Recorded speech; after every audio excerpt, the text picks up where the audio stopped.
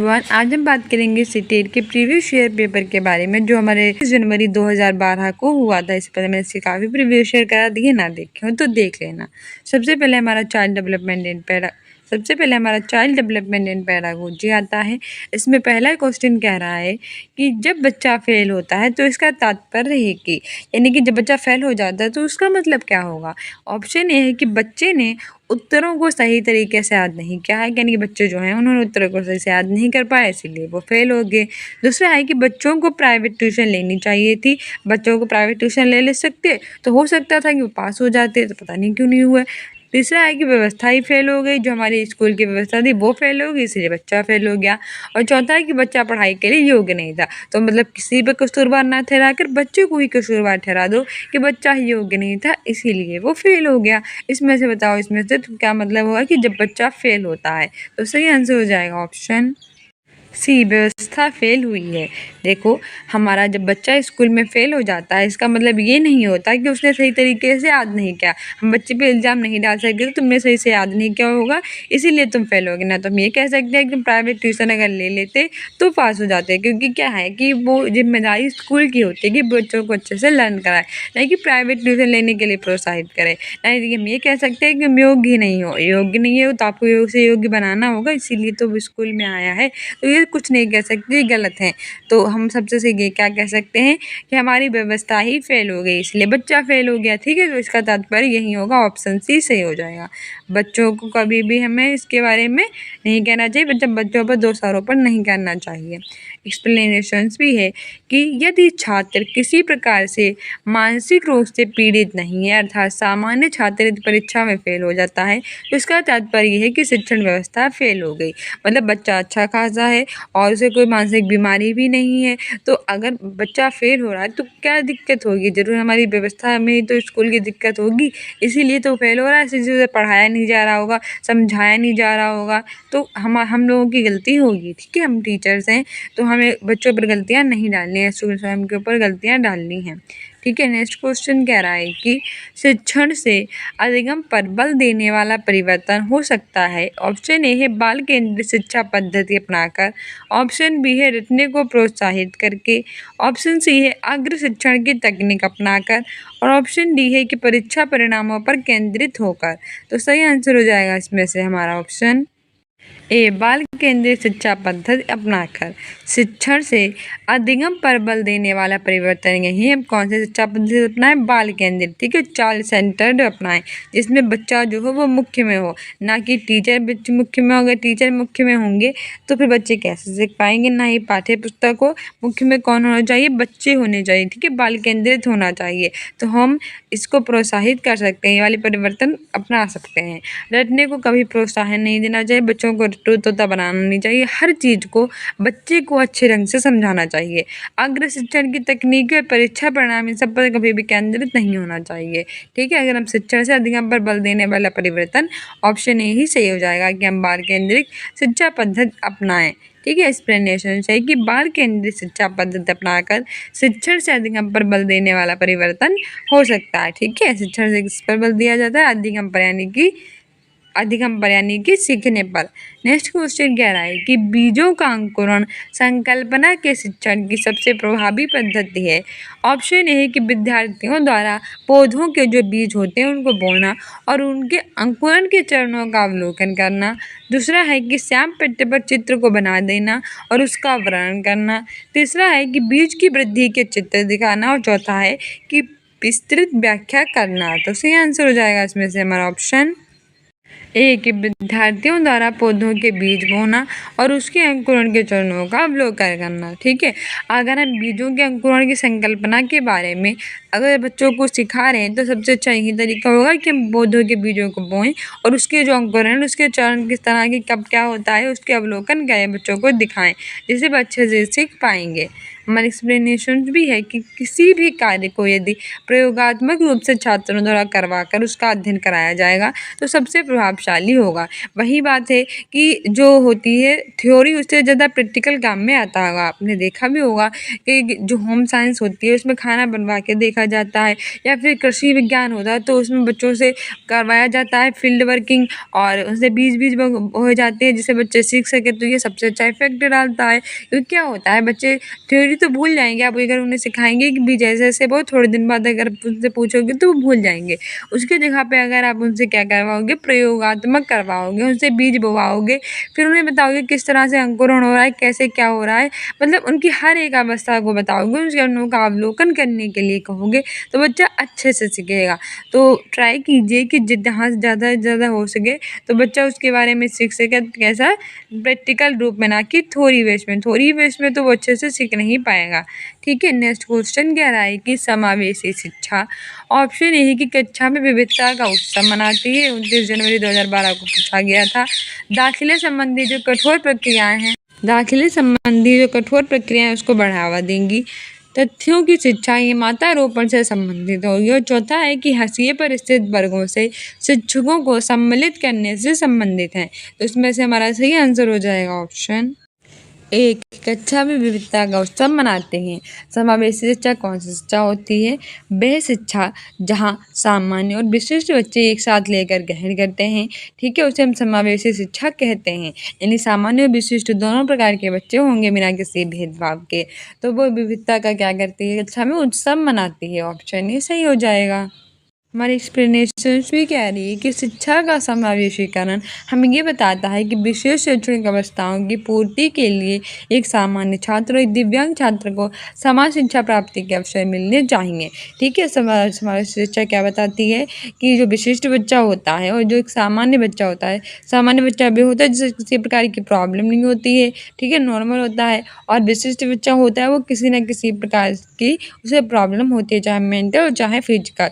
तो वो दोनों बच्चे जब एक साथ एक शिक्षा ग्रहण करते हैं एक ही क्लासरूम में बैठकर, ठीक है, तो इनसे हम कहते हैं सामान्य शिक्षा, या कहते हैं समावेशी शिक्षा। इसमें एक सामान्य छात्र एक दिव्यांग छात्र के साथ विद्यालय में अधिकतर समय बिताता है। दोनों एक साथ रहते हैं, एक साथ शिक्षा ग्रहण करते हैं, तो टाइम भी ज़्यादा बिताएंगे। पहले समावेशी शिक्षा की परिकल्पना सिर्फ विशेष छात्रों के लिए की गई थी, लेकिन आधुनिक काल में हर शिक्षक को इस सिद्धांत और विस्तृत दृष्टिकोण अपनी कक्षा में व्यवहार में लाना चाहिए। पहले ऐसे कहा गया था कि जो समावेश शिक्षा है वो किसके लिए किया जाए, जो विशेष छात्र हैं उनके लिए। फिर आगे चल कर क्या हुआ कि सामान्य और विशेष दोनों बच्चों के लिए इसे जोड़ दिया गया। अब वही शिक्षा हमारी समावेशी शिक्षा कहलाती है, जिसमें विशिष्ट और सामान्य दोनों एक साथ बैठकर शिक्षा को ग्रहण करते हैं। कह रहा है कि किस प्रकार के प्रश्नों को वस्तुनिष्ठ प्रश्नों की श्रेणी में रखा जाता है?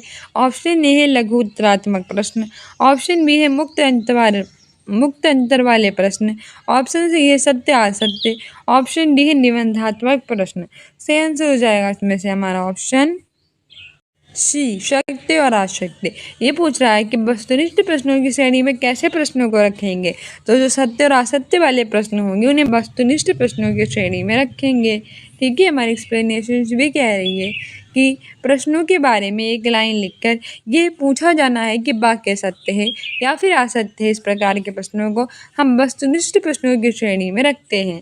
नेक्स्ट क्वेश्चन कह रहा है कि निम्न में से कौन सी प्रगतिशील शिक्षा की विशेषता है? ऑप्शन ए है कि केवल प्रस्तावित पाठ्य पुस्तकों पर आधारित अनुदेशन, दूसरा है कि परीक्षाओं में अच्छे अंक प्राप्त करने पर बल, तीसरा है कि बार बार ली जाने वाली परीक्षाएं, और चौथा है कि समय सारणी और बैठने की व्यवस्था में लचीलापन। सही आंसर हो जाएगा इसमें से हमारा ऑप्शन डी के समय सारणी और बैठने की व्यवस्था में लचीलापन। ठीक है, इनमें से कौन सी प्रगतिशील शिक्षा की विशेषता है? तो ऑप्शन डी ही सही हो जाएगा। यही हमारी प्रगतिशील शिक्षा होती है जहाँ समय सारणी और बैठने की व्यवस्था में कैसा होता है, लचीलापन होता है। ठीक है, जहाँ बार बार परीक्षाएं ली जाती हैं, अच्छे अंक प्राप्त करने पर बल दिया जाता है और केवल पाठ्य पुस्तकों पर आधारित निर्देश होता है, वो कभी भी प्रगतिशील शिक्षा नहीं हो सकती। ठीक है, वो रटन विद्या को बढ़ावा देगी, ना कि प्रगतिशील प्रोग्रेसिव एजुकेशन को। हमारी एक्सप्लेनेशंस भी कह रही है कि प्रगतिशील शिक्षा से तात्पर्य है कि जो विषय वस्तु है उसको समय सारणी के अनुसार पढ़ाने में क्या किया जाए, लचीलापन, और साथ ही छात्रों के जो बैठने की व्यवस्था है उसमें भी क्या किया जाए, लचीलापन। ठीक है। नेक्स्ट क्वेश्चन कह रहा है कि एक शिक्षक प्रश्न पत्र बनाने के बाद ये जांच करता है कि क्या प्रश्न परीक्षण के विशिष्ट उद्देश्यों की परीक्षा के लिए रहा है। वे मुख्य रूप से प्रश्न पत्र की देश के बारे में चिंतित है। ऑप्शन ए है संपूर्ण विषय वस्तु को शामिल करने, ऑप्शन बी है प्रश्नों के प्रकार, ऑप्शन सी है विश्वसनीयता, ऑप्शन डी है वैधता। सही आंसर हो जाएगा ऑप्शन ए, संपूर्ण विषय वस्तु को शामिल करना। एक शिक्षक है वो प्रश्न पत्र को बनाने के बाद अगर ये जांचता है कि क्या प्रश्न परीक्षण के विशिष्ट उद्देश्य उनकी परीक्षा के लिए हैं, तो ये मुख्य रूप से प्रश्न पत्र की जो संपूर्ण विषय वस्तु हैं उसको शामिल करने के बारे में कैसा है, चिंतित है। ऑप्शन ए सही हो जाएगा। नेक्स्ट क्वेश्चन कह रहा है कि विवेचनात्मक शिक्षा शास्त्र का ये दृढ़ विश्वास है कि ऑप्शन ए है कि शिक्षार्थियों को स्वतंत्र रूप से तर्कना नहीं करनी चाहिए, ऑप्शन बी है कि बच्चे स्कूल से बाहर क्या सीखते हैं, ये अप्रासंगिक है, तीसरा है कि शिक्षार्थियों के अनुभव और प्रत्यक्ष महत्वपूर्ण होते हैं, और चौथा है कि एक शिक्षक को हमेशा कक्षा कक्ष के अनुदेशन का नेतृत्व करना चाहिए। तो सही आंसर हो जाएगा ऑप्शन सी कि शिक्षार्थियों के अनुभव और प्रत्यक्ष महत्वपूर्ण होते हैं। ठीक है। जो विवेचनात्मक शिक्षा शास्त्र है उसका ये दृढ़ विश्वास है कि शिक्षार्थियों के अनुभव और प्रत्यक्ष कैसे होते हैं, महत्वपूर्ण होते हैं। नेक्स्ट क्वेश्चन कह रहा है कि विद्यालय आधारित आकलन मुख्य रूप से किस सिद्धांत पर आधारित होता है। मतलब ऐसा आकलन जो कि विद्यालय पर आधारित है वो किस सिद्धांत पर होगा। बाहरी परीक्षकों की अपेक्षा शिक्षक अपने शिक्षार्थियों की क्षमताओं को बेहतर जानते हैं, यानी कि जो बाहरी परीक्षक हैं वो उन्हें इतनी अच्छे से नहीं जानते जितने अच्छे से शिक्षक यानी टीचर्स अपने स्टूडेंट्स की क्षमताओं को जानते हैं। दूसरा है कि किसी भी कीमत पे विद्यार्थियों को अच्छे ग्रेड मिलने चाहिए, चाहे कुछ भी हो जाए, बच्चा बीमार हो या बच्चे कुछ हो जाए, लेकिन हमसे क्या करना चाहिए, सबसे अच्छे उसे ग्रेड मिलने चाहिए। तो ये तो बकवास ऑप्शन है, ऐसा कुछ नहीं करना चाहिए। दूसरा है कि विद्यालय बाहरी परीक्षा निकायों की अपेक्षा ज़्यादा सक्षम है। जो बाहरी परीक्षा निकाय हैं उनसे क्या अच्छे से एक बार कौन कर सकता है, विद्यालय। और चौथा है कि आकलन बहुत किफ़ायती यानी मितव्ययी होना चाहिए, बहुत ही सस्ता होना चाहिए। तो बताइए मुख्य रूप से किस सिद्धांत पर आधारित होता है विद्यालय आधारित आकलन। तो इसका आंसर ही हो जाएगा ऑप्शन ए कि जो बाहरी परीक्षक होते हैं उनकी अपेक्षा जो शिक्षार्थी होते हैं, शिक्षक उनकी विशेषताओं को अच्छे से क्षमताओं को जानते हैं। ठीक है। तो ऑप्शन ए सही हो जाएगा। हमारी एक्सप्लेनेशन भी कह रही है कि विद्यालय आधारित आकलन यानी कि स्कूल बेस्ड जो असेसमेंट है वो विद्यार्थियों के बहुत ही इम्पोर्टेंट होता है, क्योंकि जो विद्यार्थियों की कमजोरियां होती हैं वो उसमें विद्यालय सुधार कर लेता है। और ये एक प्रक्रिया होती है, इस प्रक्रिया में विद्यालय के शिक्षक अपने छात्रों का क्या करते हैं, आकलन, क्योंकि वे अपने छात्रों को अच्छी तरह से समझने का प्रयास करते हैं। बिल्कुल सही बात है। स्टूडेंट्स जो होते हैं वो किसके ऑब्जर्वेशन में रहते हैं, टीचर्स के। तो सबसे अच्छा असेसमेंट यही होता है विद्यालय आधारित आकलन। विद्यालय आधारित आकलन की उनके स्टूडेंट्स को वह टीचर्स अच्छे से जानते हैं। नेक्स्ट क्वेश्चन कह रहा है कि शिक्षार्थी व्यक्तित्व विभिन्नता प्रदर्शित करते हैं, अतः शिक्षक को ऑप्शन ए है कि सीखने के विभिन्न अनुभवों को उपलब्ध करना चाहिए, ऑप्शन बी है कि कठोर अनुशासन सुनिश्चित करना चाहिए, ऑप्शन सी है परीक्षाओं की संख्या बढ़ा देनी चाहिए, और ऑप्शन डी है कि अधिगम की एक समान गति पर बल देना चाहिए। सही आंसर हो जाएगा ऑप्शन ए कि सीखने के विविध अनुभवों को उपलब्ध करना चाहिए। जो शिक्षार्थी व्यक्तित्व विभिन्नता प्रदर्शित करते हैं, अतः जो टीचर्स होते हैं उनको सीखने के विविध जो अनुभव है, एक्सपीरियंस है, उनको क्या करना चाहिए, उपलब्ध कराना चाहिए। हमारी एक्सप्लेनेशन भी कह रही है कि यदि शिक्षार्थी व्यक्तित्व विभिन्नता को प्रदर्शित करेगा तो शिक्षक को जितना भी सीखने के तरीकों के बारे में ज्ञात होगा, सभी प्रकार के अनुभवों को क्या हो जाएगा, उपलब्ध हो जाएंगे। नेक्स्ट क्वेश्चन क्या रहा है कि निम्न में से कौन सा विकास का सिद्धांत है। ऑप्शन ए है कि सभी की विकास दर समान नहीं होती है, ऑप्शन बी है विकास हमेशा रेखीय होता है, ऑप्शन सी है निरंतर चलने वाली प्रक्रिया नहीं है, और ऑप्शन डी है कि विकास की सभी प्रक्रियाएं अंतः संबंधित नहीं है। तो सही आंसर हो जाएगा इसमें से हमारा ऑप्शन ए कि सभी की विकास दर समान नहीं होती, ये विकास का सिद्धांत है, बाकी ये इनमें से नहीं है। सही हो जाएगा। हमारी एक्सप्लेनेशंस भी कह रही है कि विकास की प्रक्रिया अविराम गति से लगातार चलती रहती है। ये गतियाँ कभी तेज हो जाती है, प्रक्रिया तो कभी धीरे हो जाती है, लेकिन चलती रहती है, लेकिन कभी नहीं रुकती है। विकास हमेशा चलता रहता है, कभी धीरे चलता है, कभी तेज। उदाहरण के अनुसार शरीर के कुछ भागों का विकास बहुत ही तेजी से होता है और कुछ का बहुत कैसा होता है, बहुत ही धीमी गति से होता है। नेक्स्ट क्वेश्चन क्या है कि मानव के विकास को क्षेत्रों में विभाजित किया जाता है जो हैं। ऑप्शन ए है शारीरिक, संज्ञानात्मक, संवेगात्मक और सामाजिक। ऑप्शन बी है संवेगात्मक, संज्ञानात्मक, आध्यात्मिक और सामाजिक मनोवैज्ञानिक। तीसरा है कि मनोवैज्ञानिक, संज्ञानात्मक, संवेगात्मक और सामाजिक। चौथा है शारीरिक, आध्यात्मिक, संज्ञानात्मक और सामाजिक। सही आंसर हो जाएगा इसमें से हमारा ऑप्शन सी। ठीक है, कि जो मनोवैज्ञानिक, संज्ञानात्मक, संवेगात्मक और सामाजिक होती है, मानव के विकास को उन क्षेत्रों में विभाजित करते हैं। कौन कौन सी? मनोवैज्ञानिक, संज्ञानात्मक, संवेगात्मक और सामाजिक। ठीक है, हमारी एक्सप्लेनेशंस भी कह रही है कि मानव का विकास होता है वो प्रत्येक क्षेत्र में साथ साथ होता रहता है, साथ ही साथ उनमें आपस में सामंजस्य है वो भी स्थापित होता रहता है। वे एक दूसरे के पूरक के रूप में कार्य करते रहते हैं और मानव के विकास में सबसे महत्वपूर्ण होता है मनोवैज्ञानिक विकास। इसमें मानव किसी भी कार्य को करने के लिए मानसिक रूप से कैसा होना चाहिए? तैयार होना चाहिए। उसके बाद उस क्षेत्र के बारे में भी जानकारी लेता है जो कि उसके संज्ञान में लाकर उस पर विचार करे और उसके बाद उस पर अपने विचारों को सोच समझ कर क्या करे, प्रस्तुत करे और अंत में समाज विकास की आवश्यकता होती है। नेक्स्ट क्वेश्चन कह रहा है कि एक शिक्षिका पाठ्य वस्तु और फल सब्जियों के कुछ चित्रों का प्रयोग कर रही है और अपने विद्यार्थियों से चर्चा करती है। विद्यार्थी इस जानकारी को अपने पहले वाले ज्ञान से जोड़ लेता है और पोषण की संकल्पना को क्या करता है? सीखता है। ये उपागम टेस्ट पर आधारित है। ऑप्शन ए है अधिगम के शास्त्रीय अनुबंधन। ऑप्शन बी है पुनर्वलन के सिद्धांत। ऑप्शन सी है अधिगम के सक्रिय अनुबंधन। ऑप्शन डी है ज्ञान के चरण। सही आंसर हो जाएगा ऑप्शन डी, ज्ञान के चरण, ज्ञान के निर्माण। ठीक है, एक शिक्षिका पाठ्य वस्तु और फल सब्जियों के कुछ चित्रों का प्रयोग कर रही है और विद्यार्थियों से चर्चा करती है कि इस जानकारी को अपने पहले वाले ज्ञान से जोड़ दे और पोषण की संकल्पना को सीखे। तो ये उपादान उसके ज्ञान के निर्माण पर आधारित है। ठीक है, हमारी एक्सप्लेनेशंस भी कह रही है कि ज्ञान के निर्माण को अच्छे तरीके से छात्र के मस्तिष्क में स्थापित करने के लिए उसका चित्र बनाकर उसके बारे में चर्चा करके अच्छी तरह से समझाया जा सकता है। अगर हम बच्चों में अच्छे से ज्ञान का निर्माण करना चाहते हैं तो हम क्या कर सकते हैं कि अच्छे तरीके से छात्र के मस्तिष्क में स्थापित करने के लिए हम उसका चित्र बना सकते हैं, फिर चर्चा कर सकते हैं और उसके बाद उसे अच्छे से समझा सकते हैं जिससे वो उसके बारे में कभी ना भूले। ठीक है, साथ ही विषय वस्तु को उसके पहले वाले ज्ञान से हम जोड़ देते हैं ताकि वे क्या करें, अपने नए ज्ञान को सरलता से ग्रहण कर सके। इस तरह की प्रक्रिया को हम ज्ञान के निर्माण के रूप में भी जानते हैं। नेक्स्ट क्वेश्चन कह रहा है कि जब बच्चे की दादी उसे अपनी माँ की गोद से लेती हैं तो बच्चा रोने लगता है। बच्चा देश के कारण रोता है। होता क्या है कि बच्चा अपनी दादी के पास होता है और दादी उसे बच्चा अपनी माँ की गोद में होता है। दादी क्या करती है, उसकी माँ की गोद से उसे लेती है तो बच्चा रोने लगता है। तो बच्चा क्यों रोता है? ऑप्शन ए कि सामाजिक दुश्चिंता है। ऑप्शन बी है संवेगात्मक दुश्चिंता है। ऑप्शन सी है अजनबी दुश्चिंता है और ऑप्शन डी है वियोग दुश्चिंता है।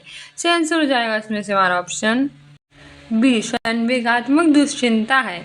ठीक है, वो अपनी माँ से कैसे जुड़ा हुआ? संवेगात्मक रूप से इमोशनली अपनी माँ से अटैच्ड है और जब दादी उसे लेती हैं तो वो भाव वो फील जो उसे अपनी माँ के पास हो रहा होता है वो उसे अलग हो रहा होता है, इसीलिए वो क्या होता है, दुश्चिंता होती है, संवेगात्मक दुश्चिंता, जिसके कारण वो रोने लगता है।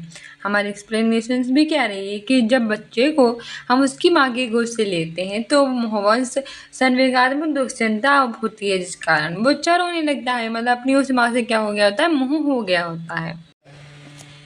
नेक्स्ट क्वेश्चन क्या है कि शिक्षा के संदर्भ में सामाजिकरण से तात्पर्य है। ऑप्शन ए है अपने सामाजिक मानदंड बनाना। ऑप्शन बी है समाज में बड़ों का सम्मान करना। ऑप्शन सी है कि सामाजिक के वातावरण में अनुकूल और समायोजन और ऑप्शन डी है समाज के मानदंडों का सदैव अनुपालन करना। सही आंसर हो जाएगा इसमें से हमारा ऑप्शन सी कि समाज के वातावरण में अनुकूल और समायोजन। ठीक है, शिक्षा के संदर्भ में सामाजिकरण से तात्पर्य होता है कि समाज के वातावरण में अनुकूल और समायोजन। हमारी एक्सप्लेनेशन भी कह रही है कि शिक्षा जो होता है वो सामाजिकरण की प्रक्रिया को क्या बनाता है, सरल, क्योंकि शिक्षा के माध्यम से मनुष्य सामाजिक जो मूल्य होते हैं, आदर्श होते हैं, व्यवहार होते हैं, इन सबको सीखता है और अपने आप को उसके अनुरूप ही बनाने का प्रयास करता है। एजुकेशन के द्वारा ये क्या होता है कि हमारी जो सोशलाइजेशन की प्रक्रिया होती है वो ईजी हो जाती है। साथ ही एजुकेशन के द्वारा ही हम समाज में जो मूल्य होते हैं, आदर्श व्यवहार हैं, इन सबको सीखते हैं और अपने आप को उसके अनुरूप बनाने का भी प्रयत्न करते हैं। नेक्स्ट क्वेश्चन कह रहा है कि राज्य स्तर की एक एकल ज्ञान प्रतियोगिता के लिए विद्यार्थियों को तैयार करते समय एक विद्यालय लड़कियों को बाध्यता देता है, ये दर्शाता है। यानी कि क्या हो रहा है कि राज्य स्तर स्टेट लेवल का एक कंपटीशन हो रहा है, एकल गायन प्रतियोगिता। इसके लिए टीचर्स क्या करते हैं कि लड़कियों को प्राथमिकता देते हैं, लड़कों को तो नहीं। तो ये हो क्या रहा है? ऑप्शन ए की वैश्विक प्रवृत्तियां हैं, ऑप्शन बी है प्रयोजनात्मक उपागम है, ऑप्शन सी है प्रगतिशील चिंतन है और ऑप्शन डी है कि लैंगिक पूर्वग्रह है। सही आंसर हो जाएगा ऑप्शन डी, ये लैंगिक पूर्वग्रह है। ठीक है, हमारी एक्सप्लेनेशंस भी कह रही है कि जब कोई संस्था या कक्षा में लिंग के आधार पर वरीयता दी जाती है किसी एक विशेष वर्ग को, तो उस प्रक्रिया को हम लैंगिक पूर्वग्रह कहते हैं। यानी कि कोई कंपटीशन हो रहा है, उसमें लड़कियों को प्राथमिकता देना, लड़कों को नहीं, या कहीं पे लड़कों को आगे बढ़ाना, लड़कियों को नहीं, यानी कि किसी लिंग विशेष को आगे बढ़ाना, वो क्या हो जाता है, लैंगिक पूर्वग्रह जाना जाता है। और ये स्टेट कंपटीशन में लड़कियों को बढ़ावा दे रहा है, लड़कों को नहीं, तो वो लिंग पूर्वग्रह है। ठीक है, नेक्स्ट क्वेश्चन कह रहा है कि बाइगोत्स्की बच्चों के सीखने में निम्नलिखित में से किस कारण की महत्वपूर्ण भूमिका पर बल देते हैं। बाइगोत्स्की ने कहा है कि बच्चे सीखते हैं, तो इसके लिए वो किस भूमिका पर ज़्यादा बल दिया है बाइगोत्स्की ने? ऑप्शन ए है अनुवांशिक, ऑप्शन बी है नैतिक, ऑप्शन सी है शारीरिक, ऑप्शन डी है सामाजिक। सही आंसर हो जाएगा ऑप्शन डी, सामाजिक। ठीक है, बाइगोत्स्की बच्चों के सीखने में सामाजिक महत्व कारक होता है, उसकी महत्वपूर्ण भूमिका पर बल देता है। ठीक है, तो सवाल सही हो जाएगा। हमारी एक्सप्लेनेशन पे कह रही है कि बाइगोत्स्की के अनुसार बालक के संज्ञानात्मक विकास की व्याख्या उसके सामाजिक सांस्कृतिक परिवेश के परिवेश में करनी चाहिए, क्योंकि बालक का जो सामाजिकरण होता है वो जिस सामाजिक सांस्कृतिक परिवेश से जुड़ा रहता है उसी के अनुसार उसमें भाव, विचार, दृष्टिकोण और मानसिक क्षमताओं का क्या होता है, विकास होता है। नेक्स्ट क्वेश्चन कह रहा है कि एक शिक्षक अपने शिक्षार्थियों के विभिन्न अधिगम शैलियों को संतुष्ट करने के लिए वैविध्यपूर्ण कार्यों का उपयोग करती है, विदेश से प्रभावित है। ऑप्शन ए है कोहल वर्ग के नैतिक विकास के सिद्धांत, ऑप्शन बी है गार्डनर के बहुबुद्धि सिद्धांत, ऑप्शन सी है बाइगोत्स्की के सामाजिक सांस्कृतिक सिद्धांत और ऑप्शन डी है पियाजे के संज्ञानात्मक विकास के सिद्धांत। से आंसर हो जाएगा ऑप्शन बी, गार्डनर के बहुबुद्धि सिद्धांत। ठीक है, टीचर अपने शिक्षार्थियों के अलग अलग अधिगम शैलियों को संतुष्ट करने के लिए वैविध्यपूर्ण कार्यों का उपयोग करती है, तो ये गार्डनर के बहुबुद्धि सिद्धांत से रिलेटेड है। ये भी याद रखना, गार्डनर ने बहुबुद्धि सिद्धांत दिया है, कोहल वर्ग ने नैतिक विकास दिया है, बाइगोत्स्की ने सामाजिक संस्कृति विकास की बात की है और पियाजे ने संज्ञानात्मक विकास की बात की है। हमारी एक्सप्लेनेशन भी कह रही है कि गार्डनर के बहुबुद्धि सिद्धांत के अनुसार बुद्धि का स्वरूप एकांगी नहीं होता, यानी एक प्रकार की सिर्फ बुद्धि नहीं होती है, वो कैसी होती है, बहुकारक, यानी कई सारे कारक होते हैं। जिस प्रकार टीचर अपने शिक्षार्थियों को अलग अलग अधिगम शैलियों को संतुष्ट करने के लिए वैविध्यपूर्ण कार्यों का उपयोग करती है, इसे हम ये जानते हैं कि गार्डनर के बहुबुद्धि सिद्धांत से कैसी है, वो फैक्टर है। ठीक है, नेक्स्ट क्वेश्चन कह रहा है कि एक शिक्षिका अपने आप में कभी भी प्रश्नों के उत्तर नहीं देती है, वह अपने विद्यार्थियों को उत्तर देने के लिए और समूह में चर्चा करने के लिए और सहयोगात्मक अधिगम अपनाने के लिए क्या करती है, प्रोत्साहित। तो ये उपागम देश के सिद्धांत पर आधारित है। ऑप्शन ए है अनुदेशात्मक सामग्री के उचित संगठन, ऑप्शन बी है अच्छा उदाहरण प्रस्तुत करना और भूमिका को प्रतिरूप बनाना, तीसरा है सीखने की तत्परता, चौथा है सक्रिय भागीदारी। आंसर हो जाएगा ऑप्शन डी, सक्रिय भागीदारी। ठीक है, हमारी एक्सप्लेनेशन में कह रही है कि यदि शिक्षक अपने आप में कभी भी प्रश्नों के उत्तर नहीं देता है तो वह क्या होता है, अपने विद्यार्थियों को उत्तर देने के लिए, समूह में चर्चा करने के लिए और सहयोगात्मक अधिगम अपनाने के लिए क्या करता है, प्रोत्साहित। और ये उपागम सक्रिय भागीदारिता के सिद्धांत पर आधारित है। यानी कि मतलब टीचर है वो क्या करती है कि अपने जो स्टूडेंट्स हैं उनको उत्तर देने के लिए कहेगी, ठीक है। तो ये समूह पर चर्चा और सहयोगात्मक अधिगम को प्रोत्साहित करेगी और ये उसकी सक्रिय भागीदारी होगी। नेक्स्ट क्वेश्चन कह रहा है कि निम्नलिखित में से कौन सा शिक्षक से संबंधित अधिगम को प्रभावित करने वाला कारक है। ऑप्शन ए है बैठने की उचित व्यवस्था, ऑप्शन बी है शिक्षण अधिगम संसाधनों की उपलब्धता, ऑप्शन सी है विषय वस्तु या अधिगम अनुभवों की प्रकृति, ऑप्शन डी है विषय वस्तु में प्रवीणता। सही आंसर हो जाएगा ऑप्शन डी, विषय वस्तु में प्रवीणता। इसमें से जो विषय वस्तु में प्रवीणता है ये शिक्षक से संबंधित अधिगम यानी कि लर्निंग है उसको प्रभावित करने वाला कारक है, ठीक है। हमारे एक्सप्लेनेशंस भी कह रही है कि शिक्षण की प्रक्रिया में जब टीचर्स अपने विषय में प्रवीण होते हैं यानी कि दक्ष होते हैं, कुशल होते हैं, वो इतने अच्छे होते हैं अपने सब्जेक्ट में, तो शिक्षण को अधिक प्रभावी बना सकते हैं। तो टीचिंग को कैसे बना सकते हैं, इफेक्टिव। साथ ही साथ उसे अन्य विषयों के बारे में भी सामान्य ज्ञान होना चाहिए। अपने कोहल वर्ग के अनुसार शिक्षक बच्चों में नैतिक मूल्यों का विकास कैसे कर सकता है। तो बताइए कोहल वर्ग के द्वारा अगर हमें बच्चों में नैतिक विकास करना है, नैतिक मूल्यों का विकास करना है तो कैसे करेंगे। ऑप्शन ए है कि धार्मिक शिक्षा को महत्व देंगे, ऑप्शन ए बी है कि व्यवहार के जो स्पष्ट नियम होते हैं उन्हें बताएंगे, ऑप्शन सी है नैतिक मुद्दों पर आधारित जो चर्चाएं उनमें शामिल करेंगे, और चौथा है कि कैसे व्यवहार किया जाता है इस पर कठोर निर्देश देंगे। कठोर निर्देश देना नहीं है, धार्मिक शिक्षा को महत्व देना नहीं है, नियम वगैरह बताने नहीं है, तो सबसे अच्छा यही है कि नैतिक मुद्दों पर आधारित जो चर्चा है उनमें उन्हें क्या करने हम शामिल करने, ठीक है। इससे उन्हें नैतिक मूल्यों के बारे में अच्छे से पता चल जाएगा। हमारी एक्सप्लेनेशंस भी कह रही है कि कोहल वर्ग के अनुसार बच्चों के नैतिक विकास के लिए उन्हें हम क्या कर सकते हैं कि विभिन्न जो नैतिक मुद्दे हैं उनकी परिचर्चा में सक्रिय सहभागी बनाकर, साथ ही साथ नैतिक रूप से प्रेरणादायक कहानियों को सुनाकर उनमें नैतिक विकास को क्या कर सकते हैं, निर्देशित कर सकते हैं। नेक्स्ट क्वेश्चन कह रहा है कि छोटे शिक्षार्थियों को कक्षा कक्ष में समवयस्कों के साथ अंतःक्रिया करने के लिए प्रोत्साहित करना चाहिए, जिससे जो छोटे शिक्षार्थी हैं वो क्या करें, कक्षा कक्ष में जो समवयस्क हैं उनके साथ अंतःक्रिया करें। इसके लिए हमें क्या करना चाहिए, प्रोत्साहित करना चाहिए।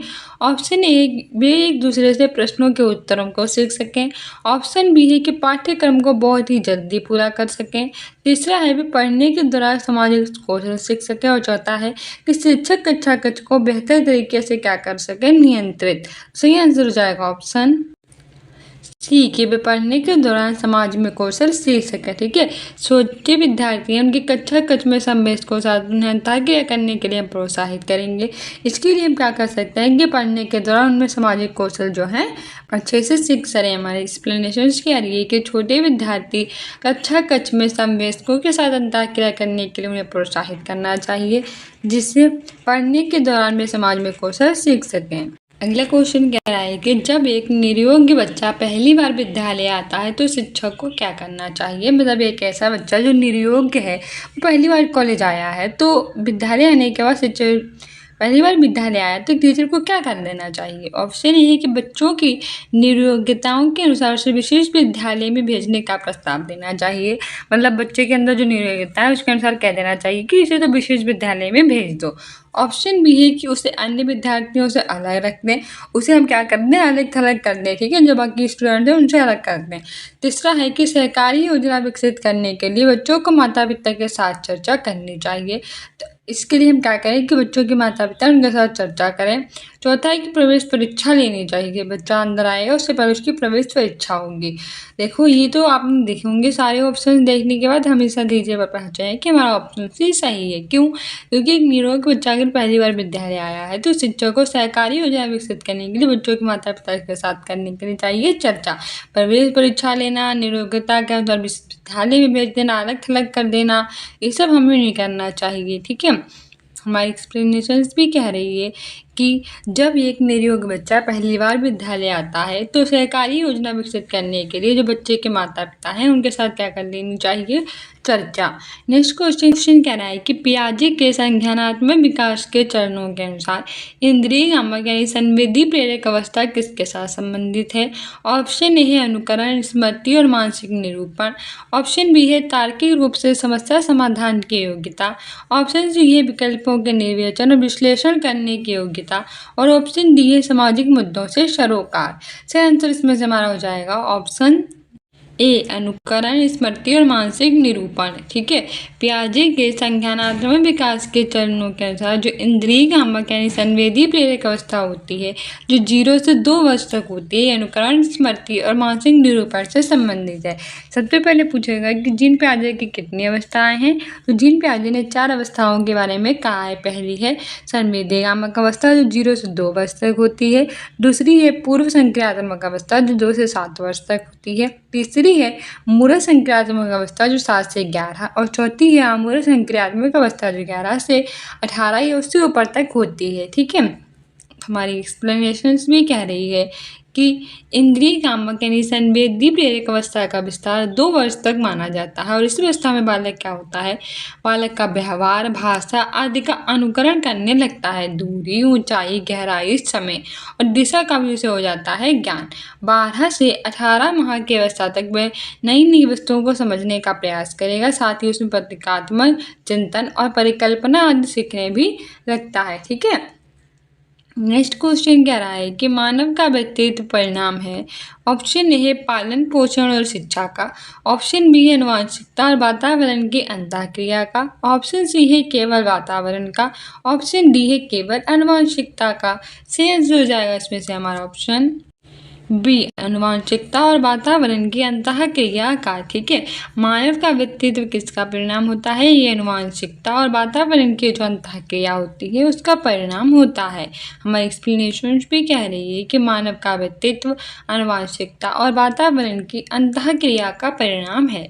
नेक्स्ट क्वेश्चन कह रहा है कि शिक्षण अधिगम की प्रक्रिया में जो व्यक्तिगत रूप से ध्यान देना क्यों महत्वपूर्ण है, क्योंकि ऑप्शन ए है कि शिक्षार्थी हमेशा समूह में ही बेहतर सीखता है। हमें शिक्षा के अधिगम की प्रक्रिया में व्यक्तिगत रूप से इसलिए ध्यान देना चाहिए क्योंकि विद्यार्थी जो होते हैं वो क्या करते हैं, समूह में बेहतर ढंग से सीखते हैं। दूसरा है कि शिक्षक प्रशिक्षण कार्यक्रमों में ऐसा ही बताया है, जब शिक्षक और शिक्षक कार्यक्रम होता है तो उसमें ऐसा ही कहा गया था। तीसरा है कि इससे प्रत्येक शिक्षार्थी को अनुशासित करने के लिए शिक्षकों द्वारा बेहतर अवसर मिलते हैं। और चौथा है कि बच्चे की विकास दर कैसी होती है, भिन्न, क्योंकि भिन्न तरीकों से वो क्या कर सकता है, सीख सकता है। तो सही आंसर हो जाएगा इसमें से हमारा ऑप्शन डी कि बच्चे के विकास की दर कैसी होती है, अलग अलग होती है, इसलिए अलग अलग तरीकों से ही वो सीख सकता है।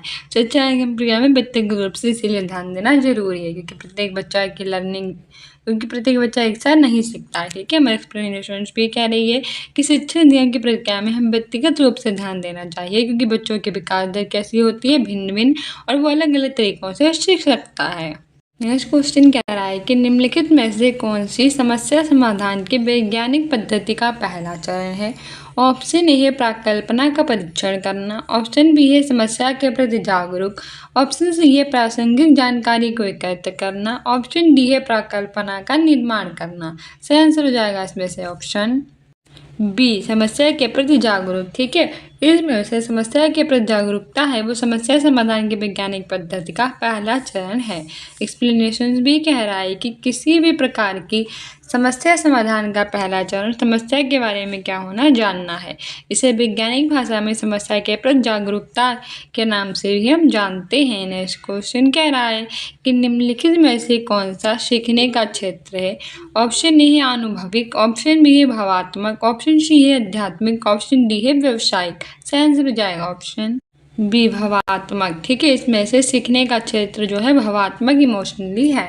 एक्सप्लेनेशन कह रही है कि भावात्मक का तात्पर्य है कि जो मनोवृत्ति है वो वस्तु के प्रति व्यक्ति में उत्पन्न सकारात्मक भाव यानी सुखद भाव जो कि अधिगम को कैसे बनाते हैं, सुखम यानी कि सुगम बनाते हैं। ठीक है, नेक्स्ट क्वेश्चन क्या है कि जब बच्चा कार्य करते हुए ऊबने लगता है तो ये इस बात का संकेत है कि कोई बच्चा कार्य कर रहा है फिर क्या कैसे लगता है, कदम बोरिंग फील हो रहा है, उबाऊ लगने लगता है, तो वो किस बात का संकेत है।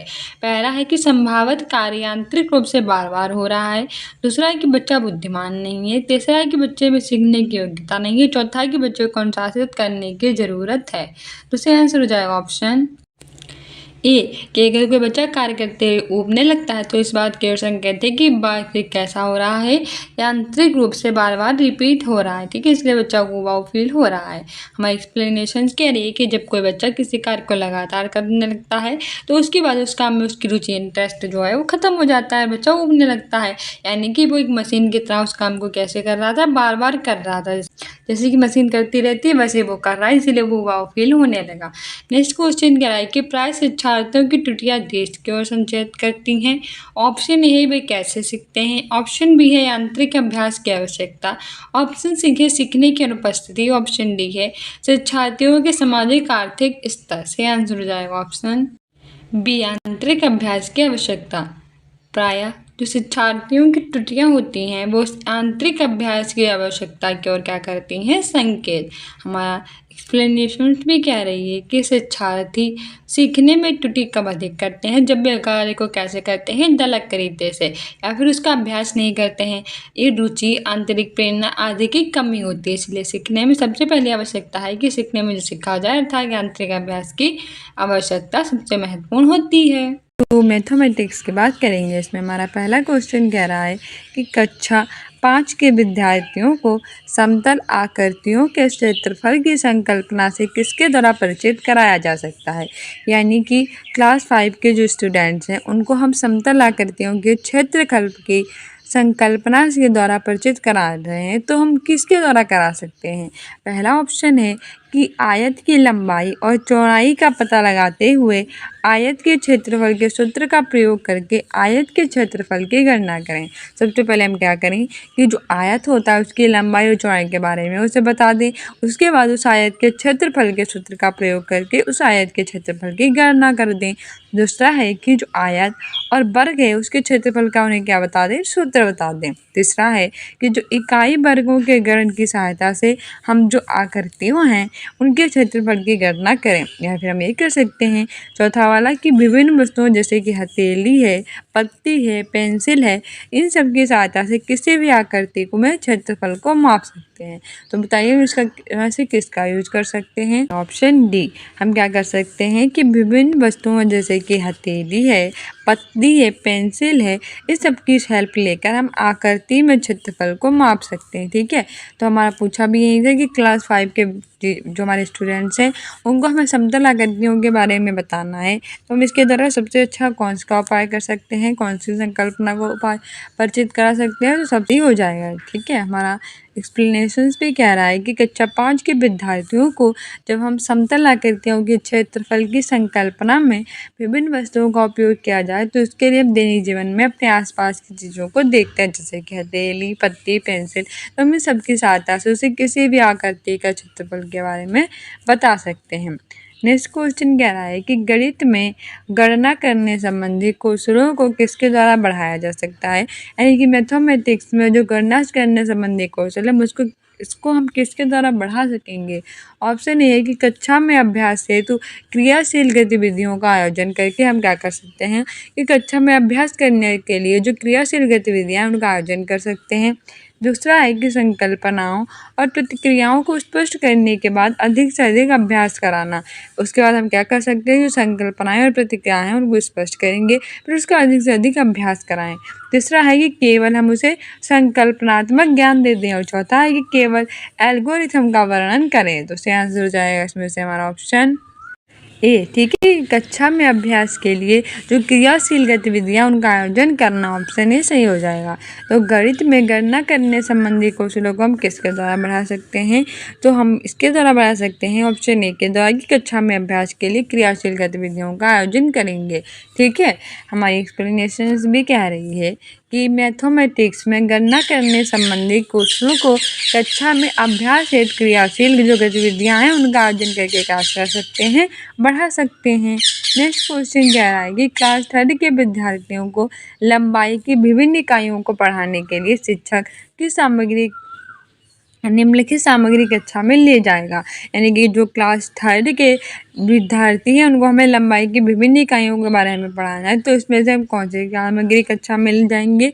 ऑप्शन ए है कि विभिन्न लंबाइयों और इकाइयों वाले रूलर, फट्टों, नापने वाली छड़, नापने वाली पट्टी जो कि वास्तुकार द्वारा क्या किया जाती है, प्रयोग में लाई जाती है।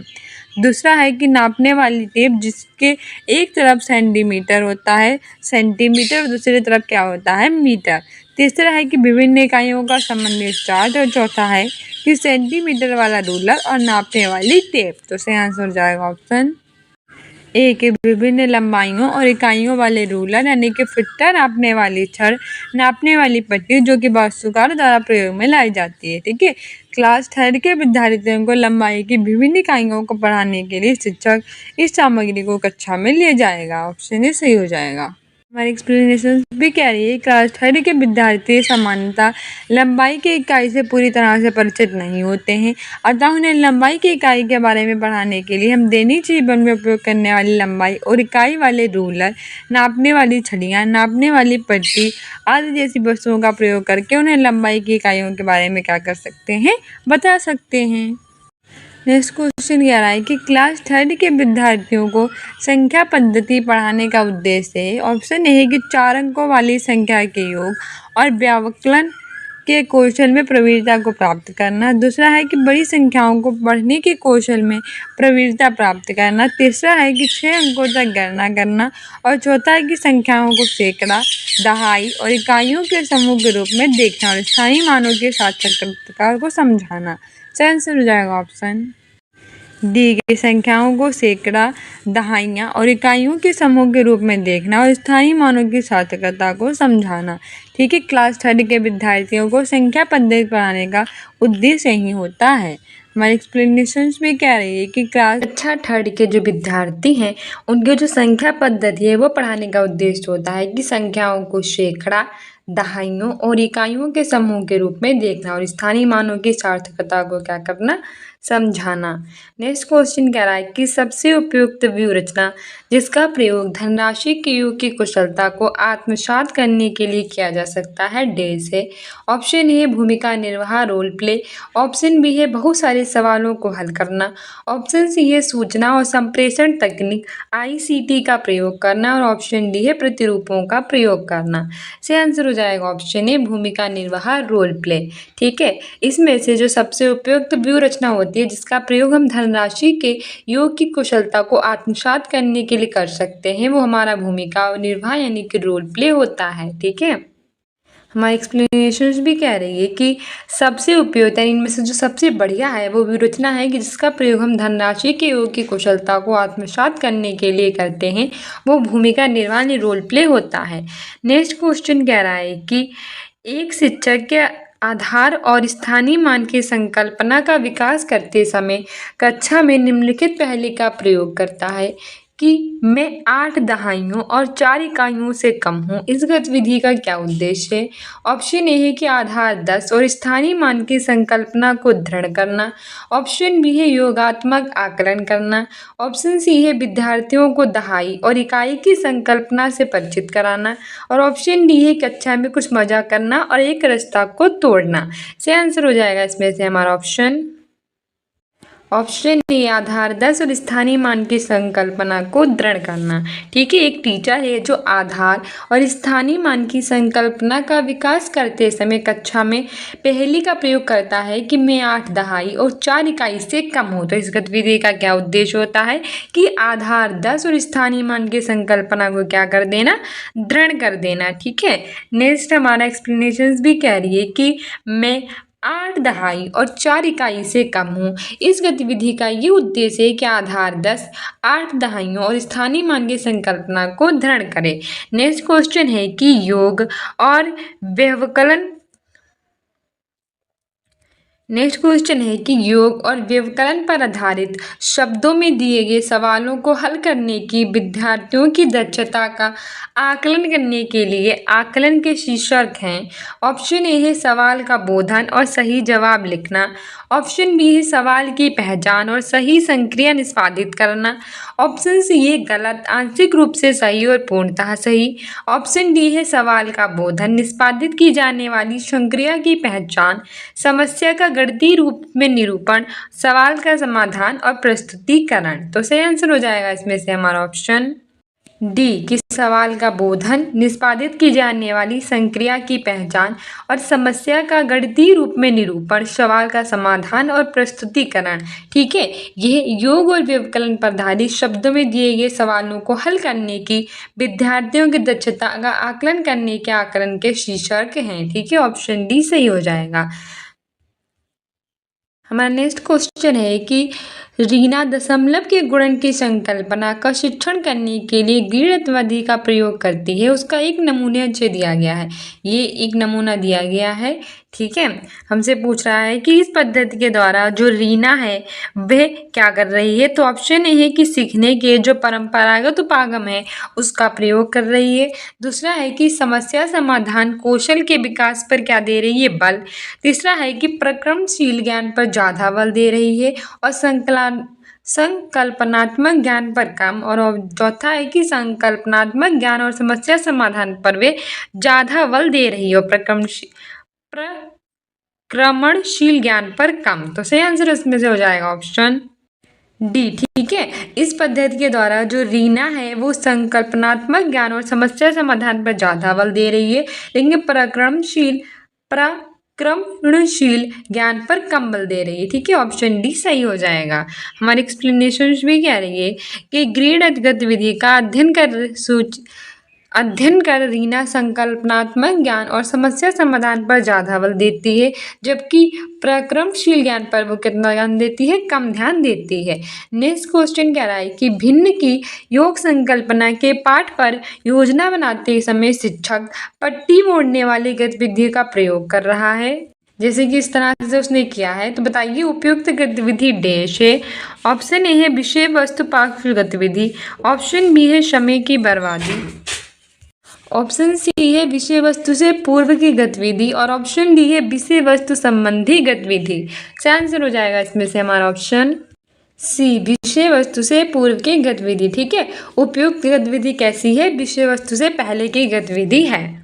हमारी एक्सप्लेनेशंस भी कह रही है कि भिन्न की योग संकल्पना के पाठ पर योजना बनाते समय शिक्षक जो होता है वो पट्टी मोड़ने वाली गतिविधि का प्रयोग कर रहा है, अर्थात वे विषय वस्तु से पहले की गतिविधि का प्रयोग कर रहा है। नेक्स्ट क्वेश्चन कह रहा है कि कक्षा 4 के विद्यार्थियों को यह समझाने के लिए कि शेष हमेशा विभाजक से कम होता है उचित उपागम है। ऑप्शन ए है कि अनेक बार विद्यार्थियों को मौखिक रूप से स्पष्ट करें, मतलब कक्षा 4 के जो स्टूडेंट्स हैं उन्हें ये समझाना है कि शेष कैसा होता है, हमेशा विभाजक से कम ही होता है। तो इसके लिए हम क्या कर सकते हैं कि कई बार विद्यार्थी हैं अपने स्टूडेंट उनको मौखिक रूप से स्पष्ट कर सकते हैं। दूसरा है कि विभाजन वाले सवालों को मिश्रित भिन्नों के रूप में निरूपित करना और ये स्पष्ट करना कि भिन्न का अंश शेष है।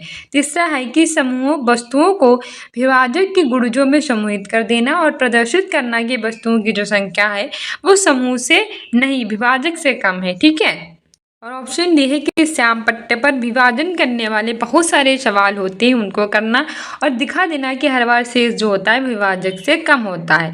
तो इसमें से कौन सा सही हो जाएगा। तो क्लास 4 के जो विद्यार्थी हैं उन्हें हमें ये समझाना है कि शेष जो होता है वो हमेशा विभाजक से कैसा होता है, कम। तो इसके लिए हम क्या कर सकते हैं कि वस्तुओं को विभाजक के गुणजों में समूहीकृत कर सकते हैं और प्रदर्शित कर सकते हैं कि वस्तुओं की संख्या समूह में नहीं है, विभाजक से कम है। ठीक है, ऑप्शन सी सही हो जाएगा। हमारी एक्सप्लेनेशन भी कह रही है कि विद्यार्थियों को हमें ये समझाने के लिए कि शेष हमेशा विभाजक से कम होता है, इसका उचित भाग हम ये कर सकते हैं कि वस्तुओं को विभाजन के गुणों में समूहीकृत कर सकते हैं और प्रदर्शित कर सकते हैं कि वस्तुओं की जो संख्या है वो समूह में नहीं है, किससे कम है, विभाजक से कम है। नेक्स्ट क्वेश्चन कह रहा है कि दी गई आकृति समान आकार के 5 वर्गों में मिलकर बनी है। आकृति का क्षेत्रफल 180 वर्ग सेंटीमीटर है। तो आकृति का परिमाप सेंटीमीटर सेंटीमीटर में कितना होगा, इस तरह से। ऑप्शन ए है 48, ऑप्शन बी है 72, ऑप्शन सी है 36, ऑप्शन डी है 45। सही आंसर हो जाएगा इसमें से हमारा ऑप्शन बी 72। ठीक है, दी गई आकृति है, इसमें आकार के 5 वर्गों से मिलकर बनी है और आकृति का क्षेत्रफल 180 वर्ग सेंटीमीटर है, तो आकृति का परिमाप 72 सेंटीमीटर होगा। ठीक है, ऑप्शन बी सही हो जाएगा। हमारी एक्सप्लेनेशन भी कह रही है कि वर्ग का क्षेत्रफल 180/5 बराबर 36 सेंटीमीटर है। वर्ग की एक सतह कितनी है, 6 सेंटीमीटर है। और चित्र का परिमाप 2 × 6 + 3 गुणे 6 + 3 गुणे 6 + 4 गुणे 6 बराबर 72 मीटर है, सेंटीमीटर। नेक्स्ट क्वेश्चन कह रहा है कि भिन्नों का योग पढ़ाते समय सिंह द्वारा ये देखा गया है कि निम्नलिखित प्रकार की त्रुटि बहुताम है, जैसे कि 2 + 3 + 2 + 5 बराबर 4/10। तो सिंह को निम्नलिखित उपचारात्मक कार्य करना चाहिए, जैसे कि ऑप्शन ए है कि आसमान भिन्नों के योग की संकल्पना को स्पष्ट करने के लिए चित्रात्मक प्रतिरूप देना और बाद में समान प्रकार के सवालों का क्या करवा देना, अभ्यास करवा देना। दूसरा है कि विद्यार्थियों को मेहनत करने की हमें उन्हें सलाह देनी चाहिए कि तुम ज़्यादा से ज़्यादा मेहनत करो और भिन्नों के योग वाले सवालों का क्या कर देना चाहिए, अभ्यास करवा देना चाहिए। तीसरा है कि हर के लघुत्तम समावर्ती यानी कि जो लासा है उसकी संकल्पना को हम उन्हें स्पष्ट कर दें। और चौथा है कि समान प्रकार के सवालों का हम अधिक से अधिक अभ्यास कराएं।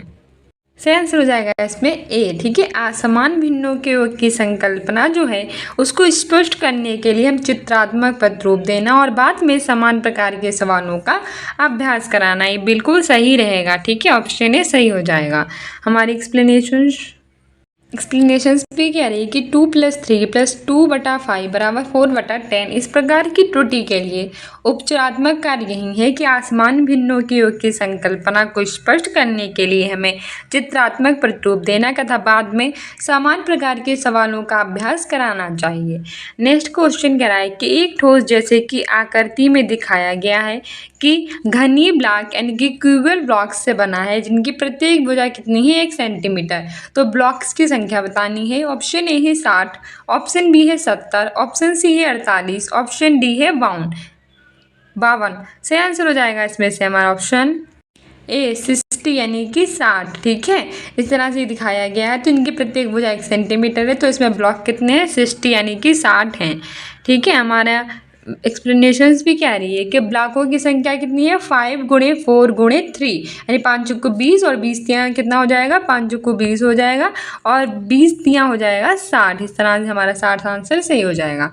नेक्स्ट क्वेश्चन कह रहा है कि राष्ट्रीय पाठ्यचर्या की संख्या 2005 मानती है कि गणित में चिंतन और तर्कणा का एक तरीका शामिल होता है। इस दृष्टिकोण को किसके द्वारा प्राप्त कर सकते हैं।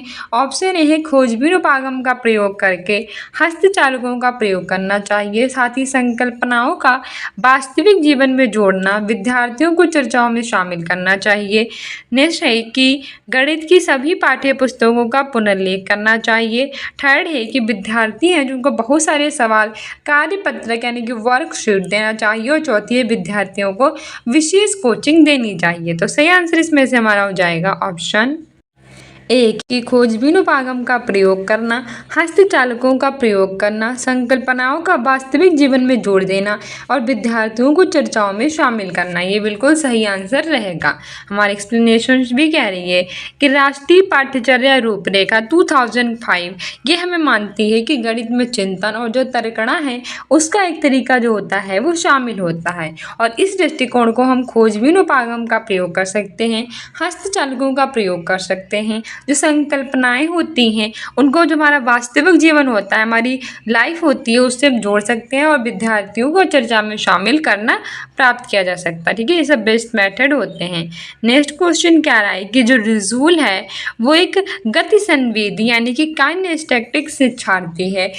जो उसकी शिक्षिका नेहा उसकी अधिगम शैली को समझती हैं, उसकी गुणन की संकल्पना को स्पष्ट करने के लिए उन्हें निम्नलिखित में से कौन सी व्यूह रचना का चयन करना चाहिए। ठीक है, ये इसमें से बता रहा है कि इसमें से हम कौन सी व्यूह रचना अपनाएं जो गति संवेदी शिक्षार्थी है उसके लिए। ठीक है, ऑप्शन ए कि सभी पहाड़ों को याद करने के हम बल देना चाहिए कि जितने भी मैथमेटिक्स में पहाड़े आते हैं उनको हमें जितने भी पहाड़े आते हैं उनको याद कर लेना चाहिए। दूसरा है कि सेकंड थर्ड आदि के गुणज प्राप्त करने के लिए दो भिन्न रंग वाले मोती और जो धागे उनका प्रयोग करने। ऑप्शन सी है कटवा गिनती और ऑप्शन डी है जो आड़ी तिरछी रेखाएं उनका प्रतिच्छेद बिंदुओं को गिनना। तो सही आंसर हो जाएगा इसमें से हमारा ऑप्शन डी कि आड़ी तिरछी रेखाओं पर प्रतिच्छेद बिंदुओं को क्या करना, गिनना। ठीक है, हमारी एक्सप्लेनेशन भी कह रही है जो गति संवेदी छात्र हैं उनको समझाने के लिए हम आड़ी तिरछी रेखाएं उनका प्रतिच्छेदन यानी बिंदुओं को गिनना ये सारे तरीकों के द्वारा हम उन्हें सिखा सकते हैं। नेक्स्ट क्वेश्चन कह रहा है कि क्लास सेकेंड में जो अवेकस है उसका प्रयोग डेस्क में शिक्षार्थियों की सहायता नहीं करता। ऑप्शन ए है बिना विद्यार्थियों की सहायता नहीं करता। ऑप्शन ए है बिना किसी त्रुटि के संख्याओं को पढ़ना। ऑप्शन बी है कि शब्दों में दी गई जो संख्याएं हैं उनके समान संख्या लिखने।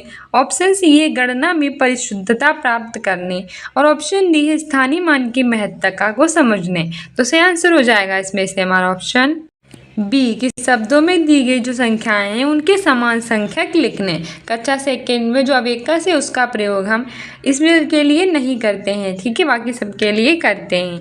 एक्सप्लेनेशंस भी कह रही है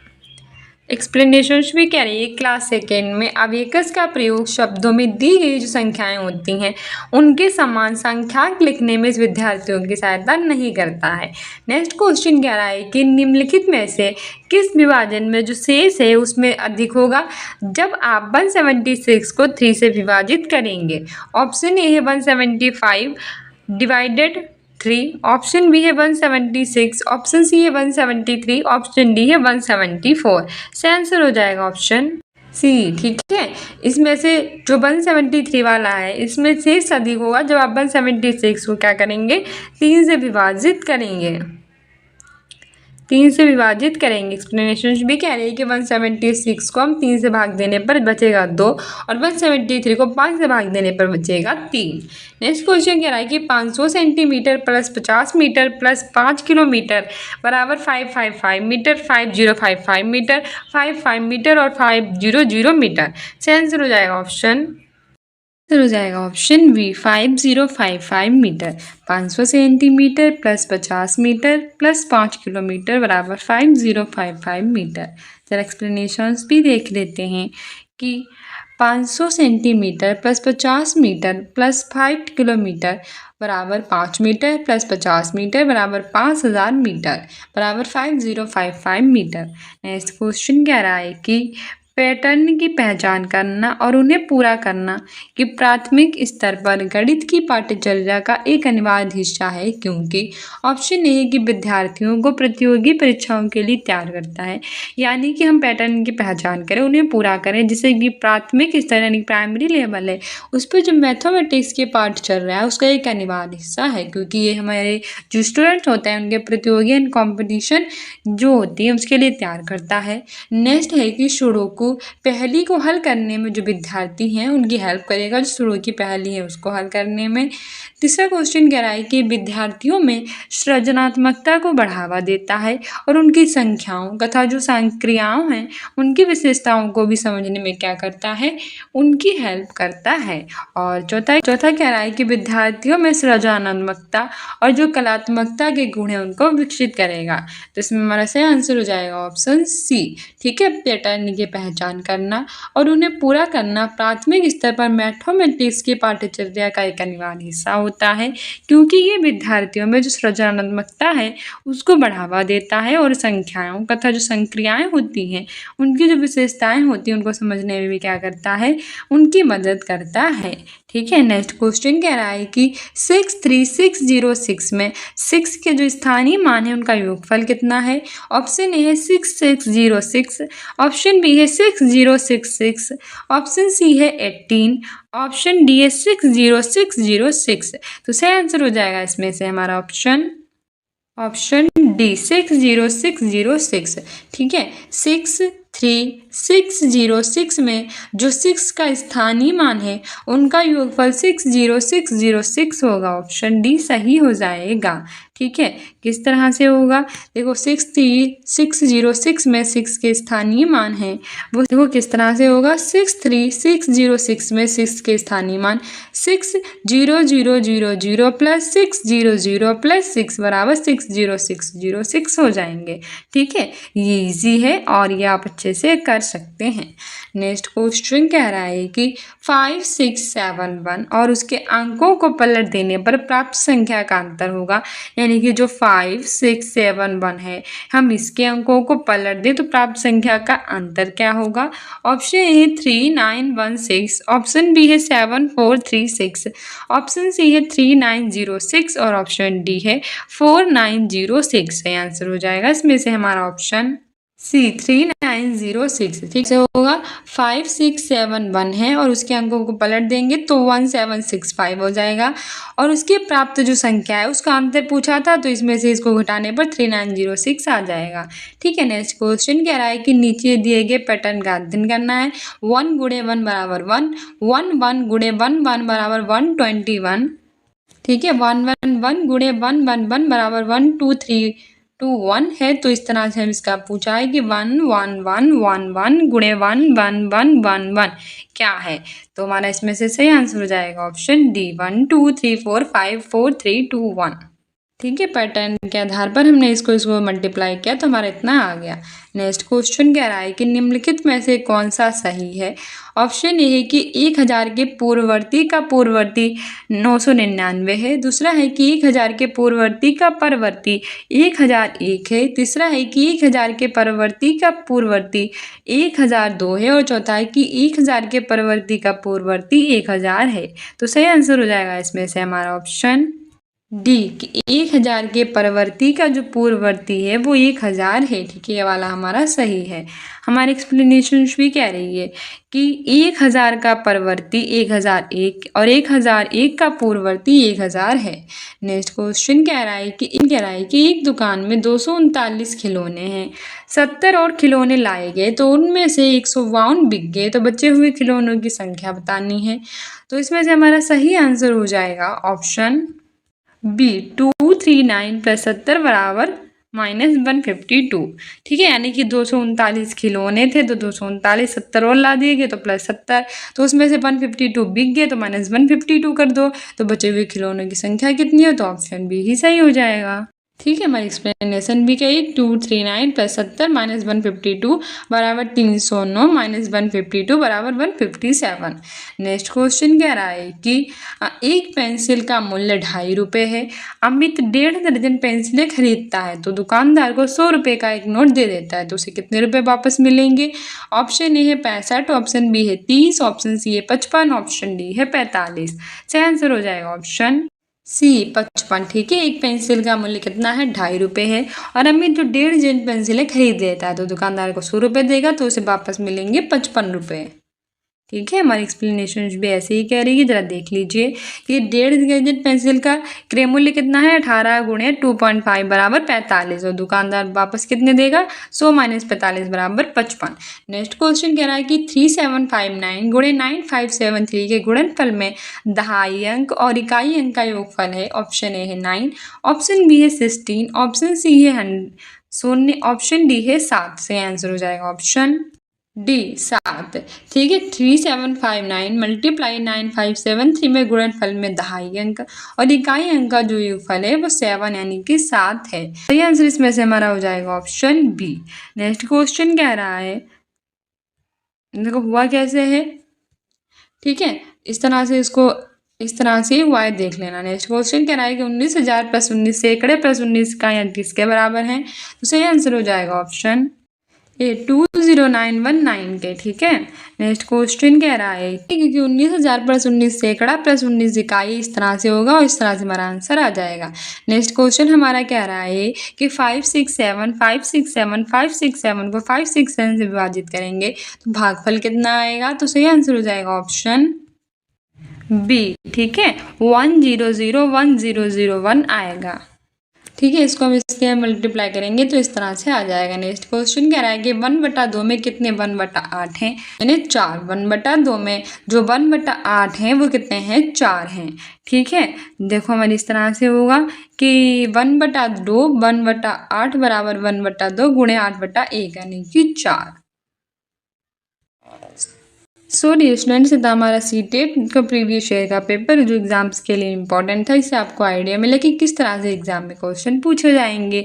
हमने कई सारे प्लेलिस्ट बना रखे, तो सारी वीडियोस आप देख सकते हैं। मिलते हैं नेक्स्ट वीडियो में। Thank you. 3 पर्यावरण अध्ययन इन्वायरमेंटल स्टडीज की बात करेंगे। हमारा क्वेश्चन क्या रहा है कि इसमें भारोत्तोलकों को प्रायः ज़्यादा मांसपेशियां और बॉडी मास बनाने की आवश्यकता होती है। इस उद्देश्य के लिए उन्हें ऐसा आहार लेने की आवश्यकता है जो डेज से भरपूर है। से आंसर हो जाएगा ऑप्शन डी, प्रोटीन। ठीक है, जो भारोत्तोलक होते हैं कॉमन सी बात है, अपनी मांसपेशियां और मसल्स वगैरह ज़्यादा बनाते हैं, तो इसके लिए वो ऐसा भोजन ले सकते हैं जो प्रोटीन से भरपूर होता है। अगर प्रोटीन से भरपूर भोजन लेंगे तो उनके लिए ज़्यादा ज़रूरी होगा। ठीक है, नेक्स्ट क्वेश्चन कह रहा है कि रेखा की माँ डेज के लिए रोजाना तालाब से लाए पानी में फिटकरी डालती हैं। तो बताइए रेखा किसके लिए डालती हैं। हमारी फटाफट रिवीजन क्लास है, तो जल्दी जल्दी आपको सिर्फ आंसर बता रहे हैं।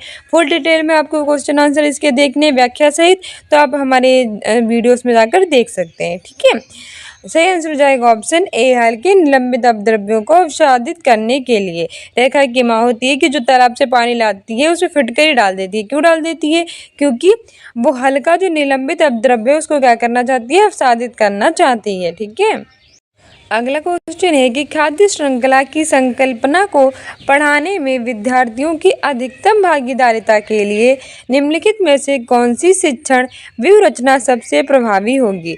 मतलब जो खाद्य श्रृंखला है उसको हमें पढ़ाना है, तो उसके लिए हम कौन सी भागीदारिता करें जो सबसे अच्छी हो हमारे शिक्षण में।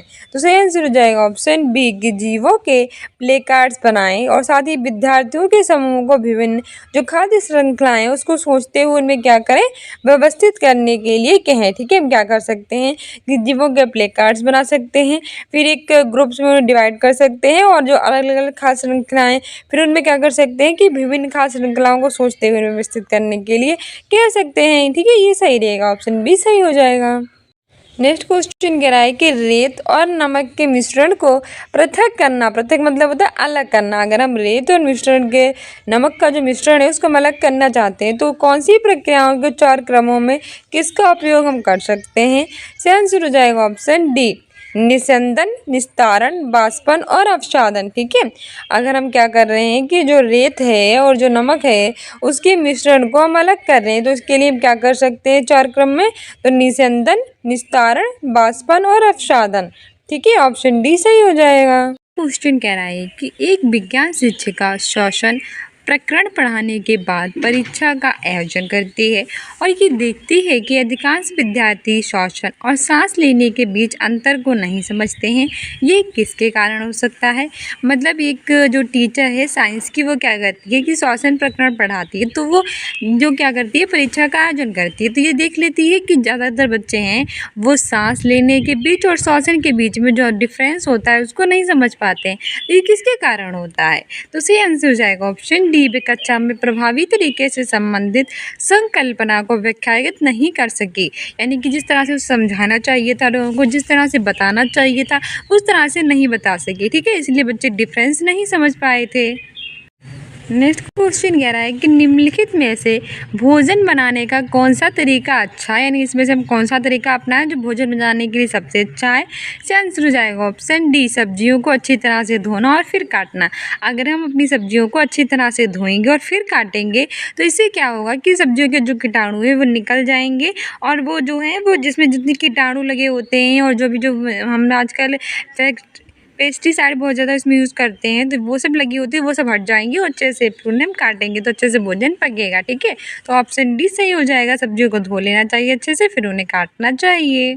अगला क्वेश्चन है कि पर्यावरण अध्ययन की टीचर यानी इन्वायरमेंट साइंस की जो है टीचर, वे वायु प्रकरण को पढ़ाते समय ये प्रदर्शित करना चाहती है कि वायु में भार होता है और जगह घेरती है।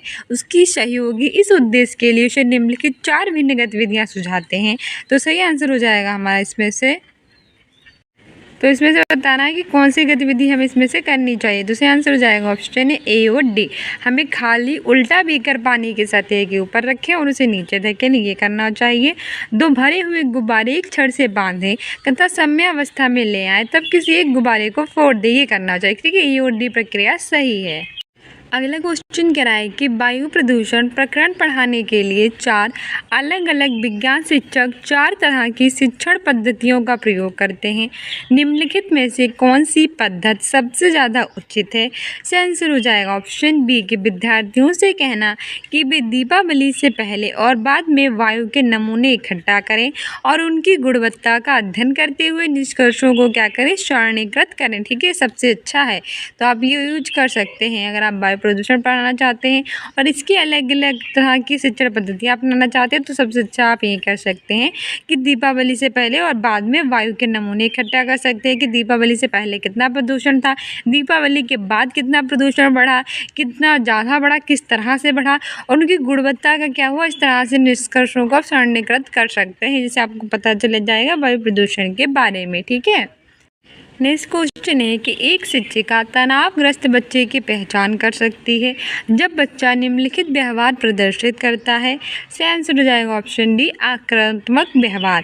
ठीक है, जब एक बच्चा है वो तनावग्रस्त है या नहीं है, उसकी पहचान हम इस तरह से कर सकते हैं। अगर बच्चा कैसा है, आक्रामक है, अगर आक्रामक है तो मतलब वो कैसा है, तनावग्रस्त बच्चा है। ठीक है, ऑप्शन डी सही हो जाएगा।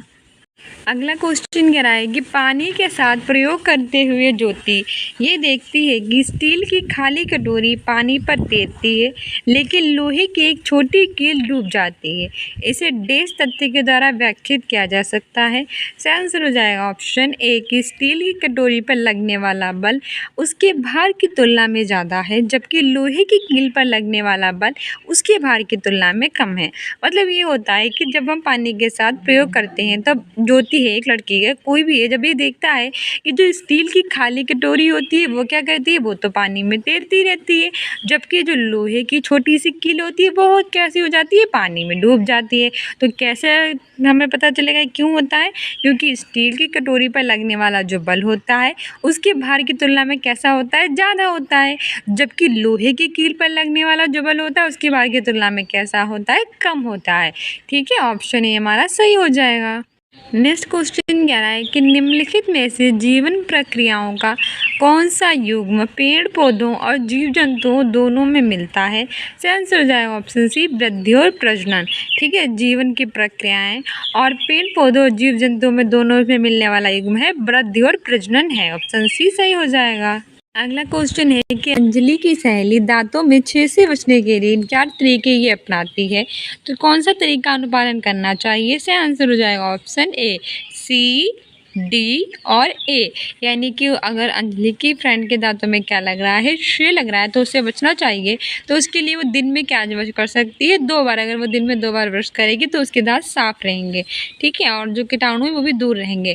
साथ ही उसे हर खाने के बाद कुल्ला करना चाहिए, जिससे जो गंदा पदार्थ है उसके दांतों में ना फंसे, अगर वो फंसा हुआ है तो वो निकल जाए। साथ ही उसे जो है मिठाई, चॉकलेट्स और कार्बन डाइऑक्साइड युक्त पेय पदार्थ बिल्कुल भी नहीं लेना चाहिए। मिठाई वगैरह, चॉकलेट्स है और कार्बन डाइऑक्साइड ऐसे पदार्थ होते हैं, पेय पदार्थ जिनसे बहुत ज़्यादा हानि होती है हमारे दांतों, तो वो सब नहीं लेने चाहिए। ठीक है, तो ऑप्शन हमारा ए ही सही हो जाएगा। ऐसा करने से उसके दांतों में 6 से वो बच सकती है। ठीक है, तो हमारा बिल्कुल सही हो जाएगा ए, सी और डी।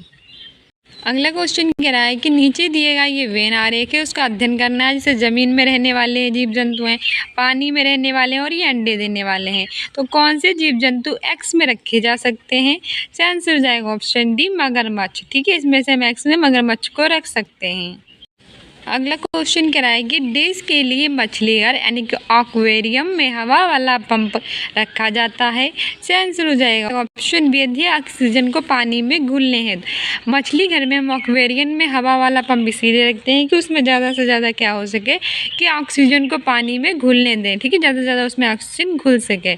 नेक्स्ट क्वेश्चन कह रहा है कि जब एक मछली को पहले से उबले लेकिन कमरे के तापमान पर ठंडे किए गए पानी से भरे एक्वेरियम में डाला जाता है तो वे क्या होती है, मर जाती है। ऐसा इसलिए होता है कि क्योंकि मछली का यानी एक्वेरियम का पानी, ऑप्शन सी सही हो जाएगा, खनिज रहित है। जब हम एक मछली को पहले से उबले लेकिन कमरे में तापमान पर ठंडा किया गया जो पानी होता है उससे भरा जो एक्वेरियम है उसमें डालते हैं तो मछलियाँ क्या होती हैं, ज़्यादा तक सर्वाइव नहीं कर पाती, वो मर जाती हैं। क्यों? क्योंकि जो मछली घर होता है एक्वेरियम, उसका पानी कैसा होता है, खनिज रहित, इसीलिए। नेक्स्ट क्वेश्चन है कि निम्नलिखित में से कौन सा चांद की सतह की विशेषताओं के बारे में सबसे अच्छा वर्णन करता है। इसका आंसर हो जाएगा ऑप्शन बी, पानी नहीं, गहरे गड्ढे, ऊंचे पहाड़। हमने चांद के बारे में बहुत कुछ सुना होगा पर चांद का सबसे अच्छा वर्णन है कि चांद पर पानी जो है वो नहीं है, गहरे गड्ढे हैं और पहाड़ कैसे हैं, ऊंचे हैं। ठीक है, ऑप्शन बी सही हो जाएगा। नेक्स्ट है कि आरती एक पोस्टर पर एक बीमारी की रोकथाम से संबंधित सावधानियां पढ़ती है, यानी कि जो आरती है वो जाती है तो कहती है कि एक बीमारी है तो उसके रोकने के लिए कई सारी सावधानियां लिखी हैं, जैसे कि आसपास पानी ना जमा होने दें, पानी के जो बर्तन है, कूलर है, टंकियां हैं, उनको कैसा रखें, साफ रखें। कुछ जगहों पर पानी अगर इकट्ठा भी हो जाता है तो तेल का छिड़काव कर दें। स्वयं से बचने के लिए जाली का क्या करें, प्रयोग। तो किसके बचाव के लिए जाली का प्रयोग करें, ये सब नहीं बता सकते, अगर बताएंगे तो आपको पता चल जाएगा आंसर। तो यही पूछा है कि इसमें से वो कौन सा रोग है जिसको पहचानने के लिए पोस्टर का उद्देश्य था कि ना फैले वो रोग। तो सही आंसर हो जाएगा इसमें हमारा ऑप्शन डी, डेंगू और जापानी मस्तिष्क ज्वर। ठीक है, जो हमारा पोस्टर है उसका उद्देश्य ही था। ये सारी चीज़ें हमें इसलिए बताई गई कि कीटाणु का छिड़काव जो है वो दवा का छिड़काव करना चाहिए, पानी जो है वो कहीं इकट्ठा ना होने दिया जाना चाहिए और मच्छरदानी का प्रयोग करना चाहिए, जाली का प्रयोग करना चाहिए। तो वो डेंगू और जापानी मस्तिष्क ज्वर से बचने के लिए कहा गया था। ऑप्शन डी सही हो जाएगा। नेक्स्ट क्वेश्चन है कि निम्नलिखित में से कौन से शब्द समूह आपस में निकटतम रूप से संबंधित हैं। सही आंसर हो जाएगा ऑप्शन डी, मच्छर, मलेरिया, अनीमिया और रक्त अल्पता। सही आंसर हो जाएगा ऑप्शन बी, लौह, हीमोग्लोबिन, अनीमिया और आंवला। ठीक है, इनमें से कौन से शब्द समूह, तो लौह, हीमोग्लोबिन, अनीमिया और आंवला ये आपस में कैसे हैं, निकटतम रूप से संबंधित हैं। अगला क्वेश्चन है कि अभिभावक शिक्षक अंतःक्रियाओं को उपलब्ध कराने का मुख्य उद्देश्य है। इसका आंसर हो जाएगा ऑप्शन ए, पुनर्वलन और सुधार के लिए बच्चे की योग्यताओं और कमजोरियों के बारे में चर्चा करें। अगर अभिभावक और शिक्षक अंतःक्रियाओं को उपलब्ध करना चाहते हैं तो उन्हें क्या करना चाहिए कि बच्चे कैसे कैसे इनमें सुधार हो सकते हैं, क्या उनकी योग्यता है, किस तरह से उनकी कमजोरियों को दूर करना चाहिए, इन पर वो चर्चा कर सकते हैं। चर्चा करने से सब प्रॉब्लम्स के सॉल्व सोल्यूशन मिल जाते हैं।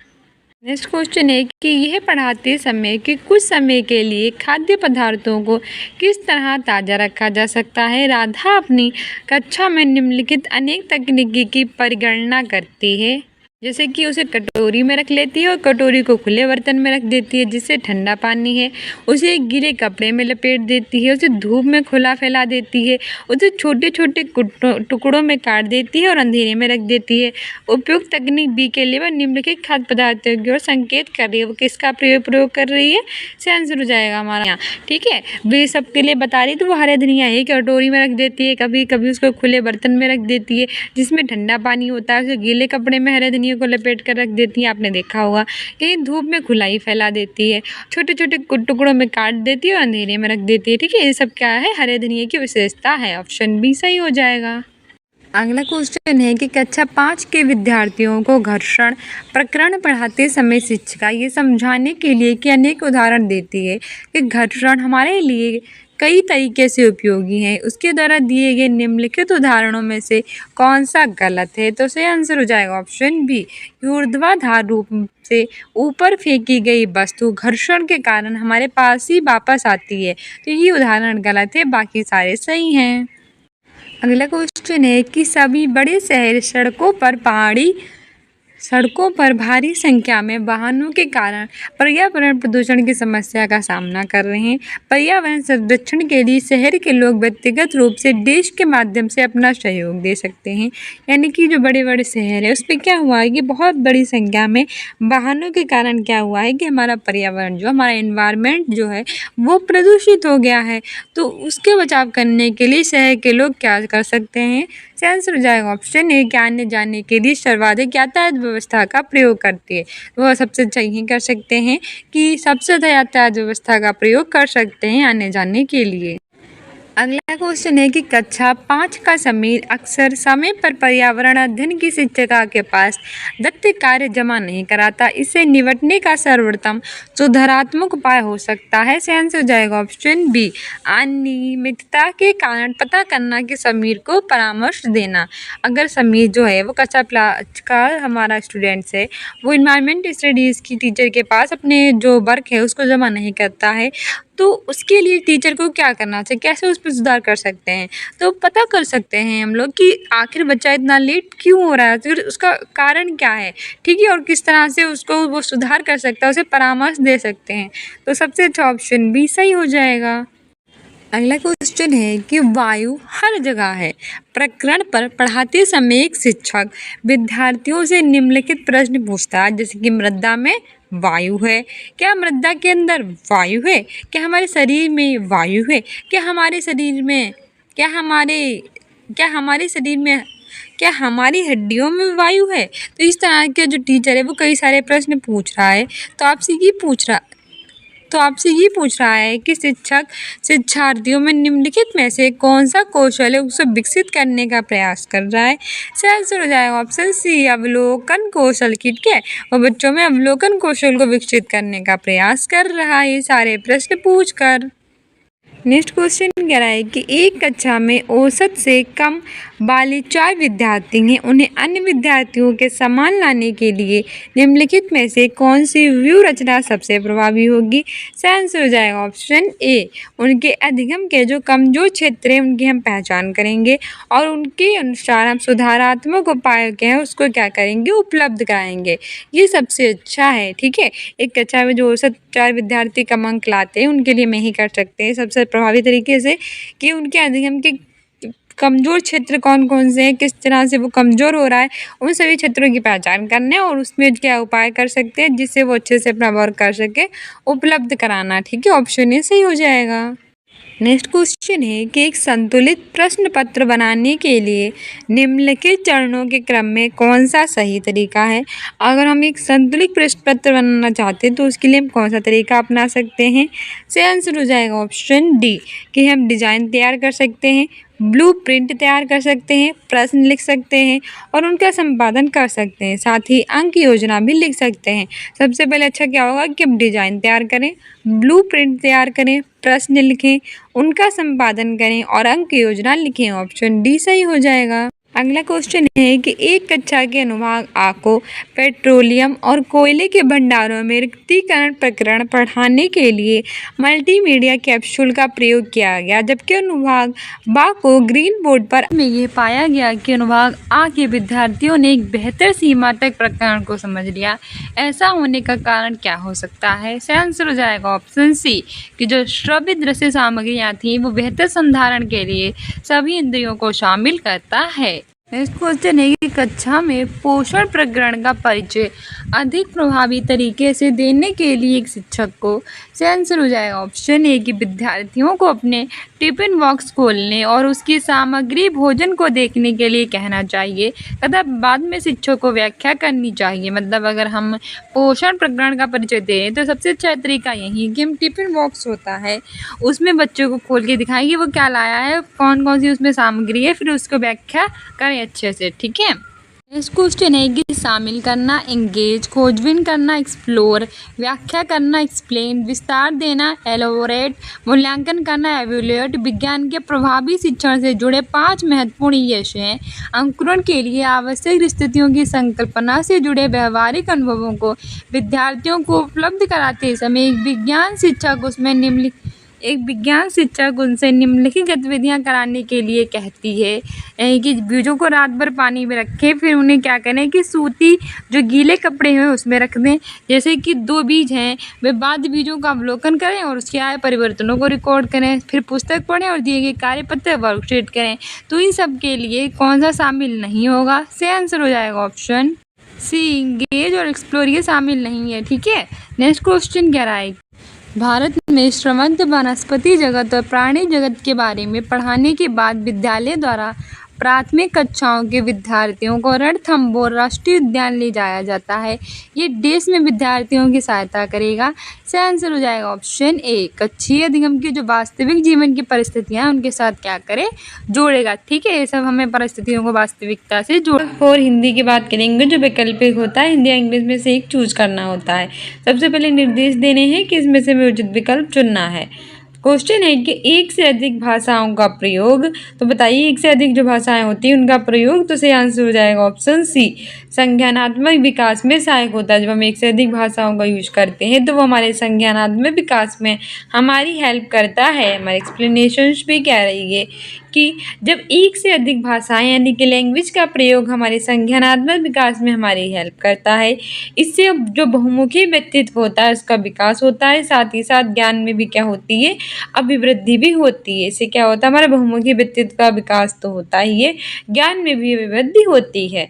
नेक्स्ट है कि दृष्टिबाधित बच्चों को भाषा सिखाते समय, यानी कि ऐसे बच्चे जो दृष्टिबाधित होते हैं, मतलब दृष्टिबाधित भी बच्चे होते हैं जो अच्छे से नहीं देख पाते हैं, देखने की उनकी क्षमता कम होती है, तो दृष्टिबाधित बच्चों को अगर हमें लैंग्वेज सिखानी है, भाषा सिखानी है, तो हमें क्या करना चाहिए भाषा सिखाते समय, तो सही आंसर इसमें से हमें हो जाएगा ऑप्शन डी, अधिक से अधिक मौखिक भाषा का प्रयोग करना चाहिए। यानी कि ऐसे बच्चे जो दृष्टिबाधित है, तो कॉमन सी बात है, उन्हें लैंग्वेज सिखाना है तो अधिक से अधिक हम मौखिक भाषा प्रयोग करेंगे, क्योंकि जितना अधिक बोलेंगे उतना अच्छे से वो सुन पाएंगे, क्योंकि जो बच्चे देख नहीं पाते हैं अच्छे से, वो सुन अच्छे से पाते हैं। ठीक है, सो अधिक से अधिक हमें मौखिक भाषा का प्रयोग करना चाहिए। मैं एक्सप्लेनेशन भी कह रही है कि दृष्टिबाधित बच्चों को भाषा सिखाते समय ये आवश्यक होता है, मतलब ये जरूरी होता है कि उनके बीच अधिक से अधिक क्या करना चाहिए कि जो मौखिक भाषा होती है उनका प्रयोग करें, ना कि उन्हें कक्षा में अलग से बैठने को कहना चाहिए। ये नहीं करना चाहिए कि बच्चों को अलग थलग कर दे कि तुम यहाँ बैठो, तुम यहाँ बैठो, क्योंकि तुम अच्छे से देख नहीं पा रहे हो। इसके आधार पर मौखिक भाषा का प्रयोग करें, जबकि साधारण और जो दृष्टिबाधित बच्चे दोनों अच्छे से सुन सकें, ठीक है, और अच्छे से उसे समझ सकें, ना कि उन्हें विभिन्न भाषिक गतिविधियों में शामिल नहीं करना चाहिए। और ऐसा भी नहीं करना चाहिए कि गतिविधियों में ही शामिल ना करें। इन सब के स्थान पर हमें थोड़ी अलग ही जो युक्तियाँ हैं वो अपनानी चाहिए। ठीक है, नेक्स्ट है कि प्राथमिक स्तर पर भाषा की पाठ्य पुस्तकों में किस तरह की रचनाओं को स्थान दिया जाना चाहिए, यानी कि प्राइमरी लेवल पर अगर हमें लैंग्वेज सिखानी है तो पाठ्य पुस्तकों में किस तरह की रचनाओं को स्थान देंगे, तो सही आंसर हो जाएगा हमारा ऑप्शन बी, कि ऐसी रचनाएं जो बच्चों के परिवेश से जुड़ी हों और जिनमें भाषा की अलग अलग छटाएं हों। बिल्कुल, बहुत ही अच्छा आंसर हमारा है कि अगर हम जो प्राइमरी लेवल के बच्चे होते हैं वो सबसे रिलेट नहीं कर पाते, वो ऐसी चीज़ों से रिलेट कर पाते हैं जो उनके परिवेश से जुड़ी हों, जो उनकी चीज़ों से जुड़ी हुई होती हैं, वो उनसे जल्दी रिलेट कर जाते हैं। ठीक है, तो हमें ऐसी रचनाएं जो बच्चों के परिवेश से जुड़ी हों और जिनमें भाषा की अलग अलग छटाएं हों उनका प्रयोग। एक्सप्लेनेशन भी कह रही है कि प्राथमिक स्तर यानी कि प्राइमरी लेवल पर भाषा की पाठ्य पुस्तकों में ऐसी रचनाओं को हमें महत्व देना चाहिए जो कि बच्चों के परिवेश से कैसी हो, जुड़ी हो, साथ ही साथ उनमें भाषागत पृथक अभिव्यक्ति भी हो। ठीक है, हमें ये भी देखने को मिले कि अलग अलग लैंग्वेज का प्रयोग क्या होगा जो सारे बच्चे अच्छे से उसे सीख सकें। नेक्स्ट है कि निम्नलिखित में से कौन सा बच्चों का भाषिक क्षमता के आकलन का सबसे उचित तरीका है।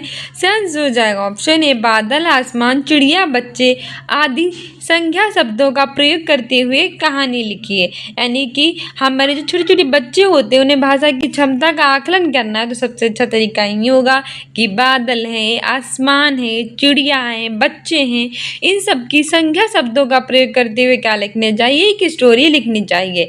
अगर ऐसा करेंगे तो बहुत अच्छे से वे कर पाएंगे। हमारी एक्सप्लेनेशन है कि निर्दिष्ट विकल्पों में बच्चों की जो भाषिक क्षमता होती है, लैंग्वेज कैपेसिटी होती है, उसका आकलन असेसमेंट करने का सबसे उचित वे यही होता है कि उन्हें बादलों के बारे में, आसमानों के बारे में, चिड़िया बारे में बच्चों आदि संज्ञा शब्दों का प्रयोग करते हुए कहानी लेखन कराएं, जिससे बच्चे उसे अच्छे से समझ सकें। ठीक है, नेक्स्ट है कि बच्चों की जो मौखिक अभिव्यक्ति है उसका विकास करने के लिए सबसे कम प्रभावी तरीका कौन सा है। इसमें से एक तरीका बहुत ही कम प्रभावी है, तो वो कौन सा है, बच्चों की मौखिक अभिव्यक्ति का विकास करने के लिए।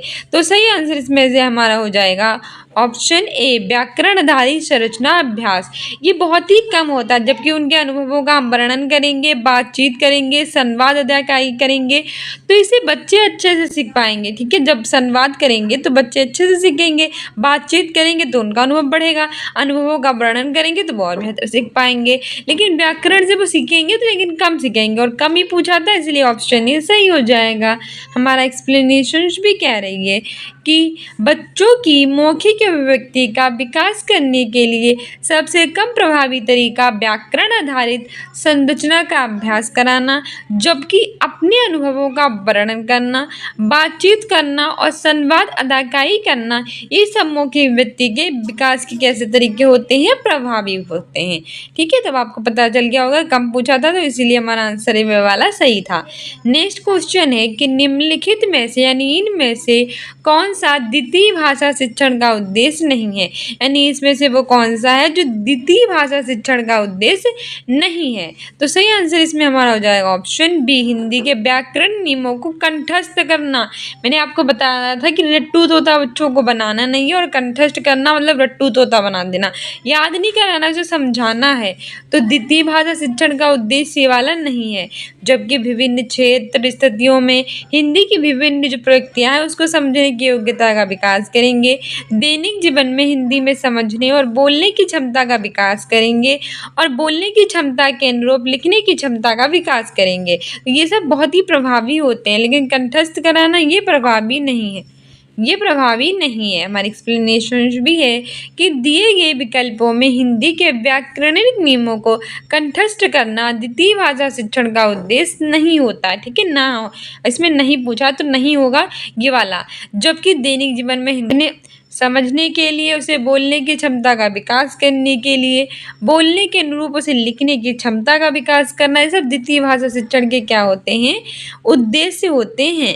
नेक्स्ट क्वेश्चन है कि भाषा सीखने के लिए कौन सा कारक सर्वाधिक महत्वपूर्ण है। तो इसमें से एक कारक बहुत ज़्यादा महत्वपूर्ण है जो भाषा को सीखने के लिए होता है।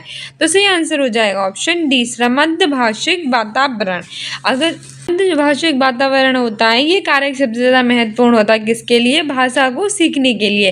भाषा के व्याकरण नियम, पाठ पर आधारित प्रश्नोत्तर, भाषा की पाठ्य पुस्तक ये एक भी नहीं होते हैं, लेकिन ये होता है। ठीक है, तो ऑप्शन डी सही हो जाएगा। हमारी एक्सप्लेनेशन भी कह रही है कि भाषा सीखने के लिए श्रमद्ध भाषिक वातावरण की अपनी सर्वाधिक महत्वपूर्ण क्या होती है, भूमिका।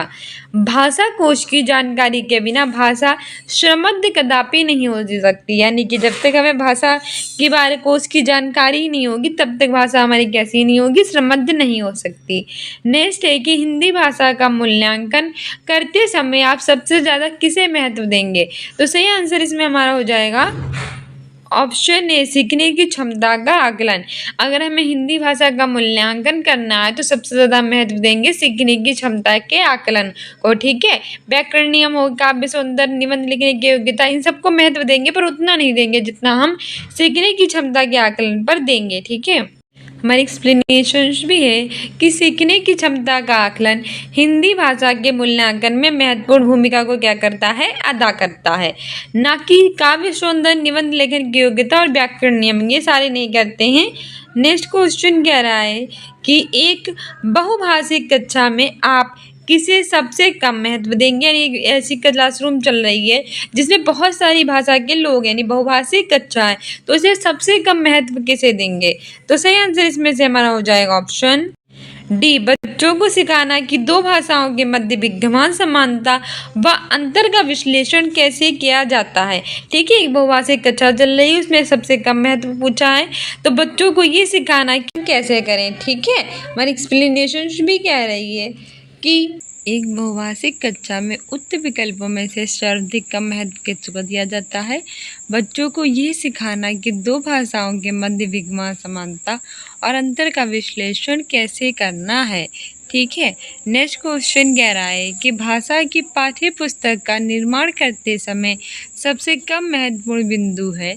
से आंसर हो जाएगा हमारा ऑप्शन बी, पाठों की संख्या। जब हम पाठ्य पुस्तक का निर्माण करते हैं तो सबसे कम महत्वपूर्ण पाठों की संख्या होती है। ठीक है, हमारी एक्सप्लेनेशन भी है कि भाषा की पाठ्य पुस्तक का निर्माण करते समय सबसे महत्वपूर्ण बिंदु है अभ्यासों में वैविध्य, विषय वस्तु में वैविध्य, भाषा की विभिन्न छटाएं।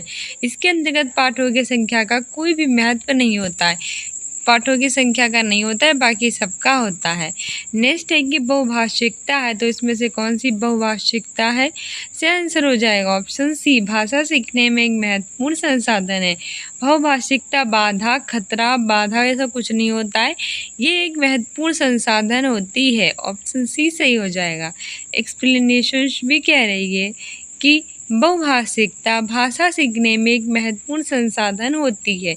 इससे ही एक बहुभाषाविद बनाया जा सकता है। इसे क्या बना सकते हैं? बहुभाषाविद, जो कि अपने देश तथा विदेशों की विविध भाषा समझकर उसको देश हित में उपयोग करता है। किस में उपयोग करता है? समझकर देश हित में। नेक्स्ट क्वेश्चन कह रहा है कि भाषा से आंसर हो जाएगा ऑप्शन बी, एक नियमबद्ध व्यवस्था है। भाषा यानी कि लैंग्वेज क्या है? तो ये एक नियमबद्ध व्यवस्था होती है। ठीक है, हमारी एक्सप्लेनेशन भी है कि भाषा एक नियमबद्ध व्यवस्था होती है। ज्ञातव्य है कि प्रत्येक भाषा, चाहे वह हिंदी हो या फिर अंग्रेजी हो या फिर तमिल हो, सबको अपनी आधारभूत नियमबद्ध व्याकरणिक तकनीकी होती है। उसे समझकर ही भाषा पर जो विशुद्ध पकड़ है वो हम क्या कर सकते हैं? बना सकते हैं। नेक्स्ट है कि बच्चे विद्यालय आने से पहले से आंसर हो जाए कि व्यवहारिक कुशलता के साथ आते बच्चे विद्यालय आने से पहले क्या करते हैं? उनकी भाषा की जो नियमबद्ध व्यवस्था होती है उसकी व्यवहारिक कुशलता के साथ वह आते हैं। ठीक है, हमारी एक्सप्लेनेशन भी कह रही है कि प्रत्येक बच्चे को उसके माता विद्यालय में भेजने से पहले बोलचाल, हाव भाव तथा कार्य व्यवहार इत्यादि जो भी सामाजिक सदाचार होते हैं, वो नैतिकता के नियम है, उन बच्चों को प्रशिक्षित करते हैं। ठीक है, इन सब के बारे में उनके माता पिता उन्हें समझाकर भेजते हैं। नेक्स्ट क्वेश्चन है कि भाषा अर्जन यानी भाषा को अर्जित करना और भाषा अधिगम यानी भाषा को अधिगम करने के संदर्भ में इनमें से कौन सा कथन सही नहीं है यानी कि गलत पूछा है? तो इसका आंसर हो जाएगा ऑप्शन बी, भाषा अधिगम प्रयासपूर्ण होता है। ये बात गलत है, बल्कि बिल्कुल सही है कि भाषा अर्जन में विभिन्न संकल्पनाएं जो होती हैं वो मातृभाषा में बनती हैं। ये भी सही है कि भाषा अर्जन सहज और स्वाभाविक होता है, जबकि भाषा अधिगम प्रयासपूर्ण होता है। और जो सांस्कृतिक विभिन्नता होती है वो भी भाषा अर्जित और भाषा अधिगम को महत्वपूर्ण करने वाला अधिगम को प्रभावित करने वाला महत्वपूर्ण कारक है। ये भी सही है। ठीक है, हमारी एक्सप्लेनेशन भी कह रही है कि भाषा अर्जन और भाषा अधिगम में हमेशा अनुवाद का क्या लेना पड़ता है? हमें सहारा लेना पड़ता है, क्योंकि किसी भी व्यक्ति की भाषा में संपूर्णता की बात करें तो ये तभी आती है जब अन्य भाषाओं की जो शब्दावली होती है उसको हम आत्मसात करते हैं। नेक्स्ट क्वेश्चन कह रहा है कि मंदिरा पहली कक्षा में पढ़ती है और वह मुझे आम बहुत अच्छा लगता है, मैं थक गई हूँ आदि वाक्यों का प्रयोग करती है। तो मंदिरा से आंसर हो जाएगा ऑप्शन डी, लिंग, वचन, क्रिया आदि की दृष्टि से सर्वनाम का प्रयोग करना जानती है। ठीक है, मंदिरा पहली कक्षा में पढ़ती है और वह मुझे आम बहुत अच्छा लगता है, मैं थक गई हूँ, ये सारे शब्दों का प्रयोग करती है। तो इसका मतलब यही है कि मंदिरा लिंग, वचन, क्रिया आदि की दृष्टि से क्या करना सीख गई है? सर्वनाम का प्रयोग करना वे जानती है। ठीक है, हमारी एक्सप्लेनेशन भी है कि मंदिरा पहली कक्षा में पढ़ती है, वह लिंग, वचन, क्रिया इन सभी की दृष्टि से सर्वनाम का प्रयोग करना जानती है। नेक्स्ट है कि हमें एक कविता दी गई है, इसको पढ़ना है, फिर हमें 106 से 111 तक उचित विकल्प भरने हैं। हमारी कविता है, हरा भरा हो जीवन अपना, स्वस्थ रहे संसार, नदियाँ पर्वत हवा पेड़ से आती है बहार, बचपन कोमल तन मन लेकर आए अनुपम जीवन लेकर, जग से तुम और तुमसे है ये प्यारा संसार, हरा भरा हो जीवन अपना, स्वस्थ रहे संसार, वृंद लताएं पौधे डाली चारों ओर भरे हरियाली, मन में जगे उमड़े यही है, मन में जगे उमंग यही है, सृष्टि का उपहार, हरा भरा हो जीवन अपना, स्वस्थ रहे संसार, मुश्किल से मिलता है जीवन, हम सब इसे बनाए चंदन, पर्यावरण सुरक्षित ना हो तो है सब बेकार, हरा भरा हो जीवन अपना, स्वस्थ रहे संसार। इसमें हमारा क्वेश्चन है कि हरा भरा जीवन, इसका क्या अर्थ है? सही आंसर हो जाएगा हमारा ऑप्शन डी, खुशियों से परिपूर्ण जीवन। ठीक है, हरा भरा जीवन यानी कि ऐसा जीवन जो खुशियों से परिपूर्ण हो। एक्सप्लेनेशन भी कह रही है कि हरे भरे जीवन से आशय होता है कि ऐसा जीवन जो कि खुशियों से भरा पूरा हो, जहाँ पर रच्चु मात्र भी विषाद वर्लिच्छित ना हो, सर्वत्र आनंद ही आनंद व्याप्त हो, यानी कि जरा सा भी दुख ना हो, हर जगह बस खुशी ही खुशी हो। नेक्स्ट है कि कौन सी चीज़ें बाहर लेकर आती हैं? से आंसर हो जाएगा ऑप्शन सी, समस्त प्राकृतिक उपादान। ठीक है, जितने भी प्राकृतिक उपादान थे वो क्या लेकर आते थे? बाहर लेकर आते थे। एक्सप्लेनेशंस भी है कि जीवन में समस्त प्राकृतिक उपादान, चाहे वो नदी हो, चाहे वो पर्वत हो, पेड़ हो अथवा हवा हो, वो क्या लेकर आती थी? बाहर लेकर आती थी। नेक्स्ट क्वेश्चन है कि कवि ने सृष्टि का उपहार किसे कहा जाता है? तो कवि ने सृष्टि का उपहार किसे कहा है? आंसर हो जाएगा ऑप्शन सी, प्राकृतिक सुंदरता और उससे उत्पन्न होने वाली खुशी। आपने देखा था जो प्राकृतिक सुंदरता थी और उससे उत्पन्न जो हैप्पीनेस थी, उसे हम क्या कहते थे? कवि ने सृष्टि का उपहार कहा था। ठीक है, हमारा नेक्स्ट क्वेश्चन कह रहा है कि कवि ये संदेश देना चाहता है। तुम पोएम पढ़ी तो बताइए कवि कौन सा संदेश देना चाहता है? से आंसर हो जाएगा ऑप्शन बी, पर्यावरण संरक्षण में ही जीवन संभव है। बिल्कुल सही बात है, अगर हमारा पर्यावरण ही संरक्षित नहीं होगा तो हमारा जीवन कैसे संभव होगा? तो पर्यावरण संरक्षण में ही क्या होता है? जीवन संभव है। ये हमें कवि कहना चाहता है या हमें संदेश देना चाहता है। हमारे एक्सप्लेनेशंस भी है कि प्रस्तुत कविता के माध्यम से कवि ये स्पष्ट करना चाहता है कि मानव जीवन पर्यावरण संरक्षण में ही संभव है। मनुष्य का जीवन कैसे संभव है? पर्यावरण संरक्षण में। शुद्ध पर्यावरण ही मानव जीवन को कैसे रख सकता है? स्वस्थ रख सकता है। अर्थात स्वस्थ पर्यावरण के बीच ही मानव जीवन कैसा है? संभव है। इसीलिए पर्यावरण को स्वस्थ रखना चाहिए, यानी कि स्वच्छ पर्यावरण को सुरक्षित रखना चाहिए। नेक्स्ट है कि जग से तुम और तुमसे है प्यारा संसार, पंक्ति के माध्यम से कवि क्या कहना चाहता है? सही आंसर हो जाएगा इसमें हमारा ऑप्शन ए, व्यक्ति और संसार दोनों का अस्तित्व किस पे होता है? एक दूसरे पर निर्भर होता है। जग से तुम और तुमसे है प्यारा संसार, यानी कि व्यक्ति और संसार दोनों का अस्तित्व एक दूसरे से जुड़ा हुआ है, एक दूसरे पर निर्भर है। हमारी एक्सप्लेनेशन भी है कि जग से तुम और तुम है प्यारा संसार। इस पंक्ति में माध्यम से कवि कहना चाहता है कि व्यक्ति और संसार इन दोनों का अस्तित्व कैसा है? एक दूसरे पर डिपेंड है, अर्थात एक दूसरे के कैसे ये पूरक हैं। है कि अनुपम से अभिप्राय है। से आंसर हो जाएगा ऑप्शन डी, जिसकी उपमा ना दी जा सके उसे हम अनुपम कहते हैं। ठीक है, अनुपम यानी जिसकी उपमा ना दी जा सके उसे अनुपम कहा जाएगा। एक्सप्लेनेशंस भी है कि अनुपम से आशय है कि जिसकी उपमा ना दी जा सके, जो अति सुंदर हो अर्थात जो बहुत ज़्यादा सुंदर होता है उसे अनुपम कहते हैं, उसकी उपमा नहीं दी जा सकती है। ठीक है, नेक्स्ट हमारा गद्यांश पढ़ना है, फिर हमें प्रश्नों के आंसर देने हैं। प्रीवियस ईयर में ऐसे क्वेश्चन पूछे गए थे। समस्याओं का हल ढूंढने की क्षमता पर एक अध्ययन किया गया। इसमें भारत में 3 तरह के बच्चों के बीच तुलना की गई। एक तरह वे बच्चे जो दुकानदारी करते हैं पर स्कूल नहीं जाते, ऐसे बच्चे जो दुकान संभालते हैं स्कूल में जाते हैं, और तीसरे समूह का होता है जो स्कूल जाते हैं पर दुकान में किसी प्रकार की कोई हेल्प नहीं करते। यानी कि इस गद्यांश के माध्यम से बता रहा है कि हमने जो है वो अध्ययन किया, तो एक में तो बच्चे दुकानदारी करते थे पर स्कूल नहीं जाते थे, दूसरे में दुकानदारी भी करते थे और स्कूल भी जाते थे, और तीसरे समूह में स्कूल तो जाते थे पर दुकानदारी नहीं करते थे। उनकी गणना की गई। फिर उसकी गणना के बाद इबारती सवाल पूछे गए। दोनों ही तरह के सवालों में उन स्कूली बच्चों ने जो दुकानदार नहीं है मौखिक गणना या फिर मानगणित का प्रयोग बहुत कम किया।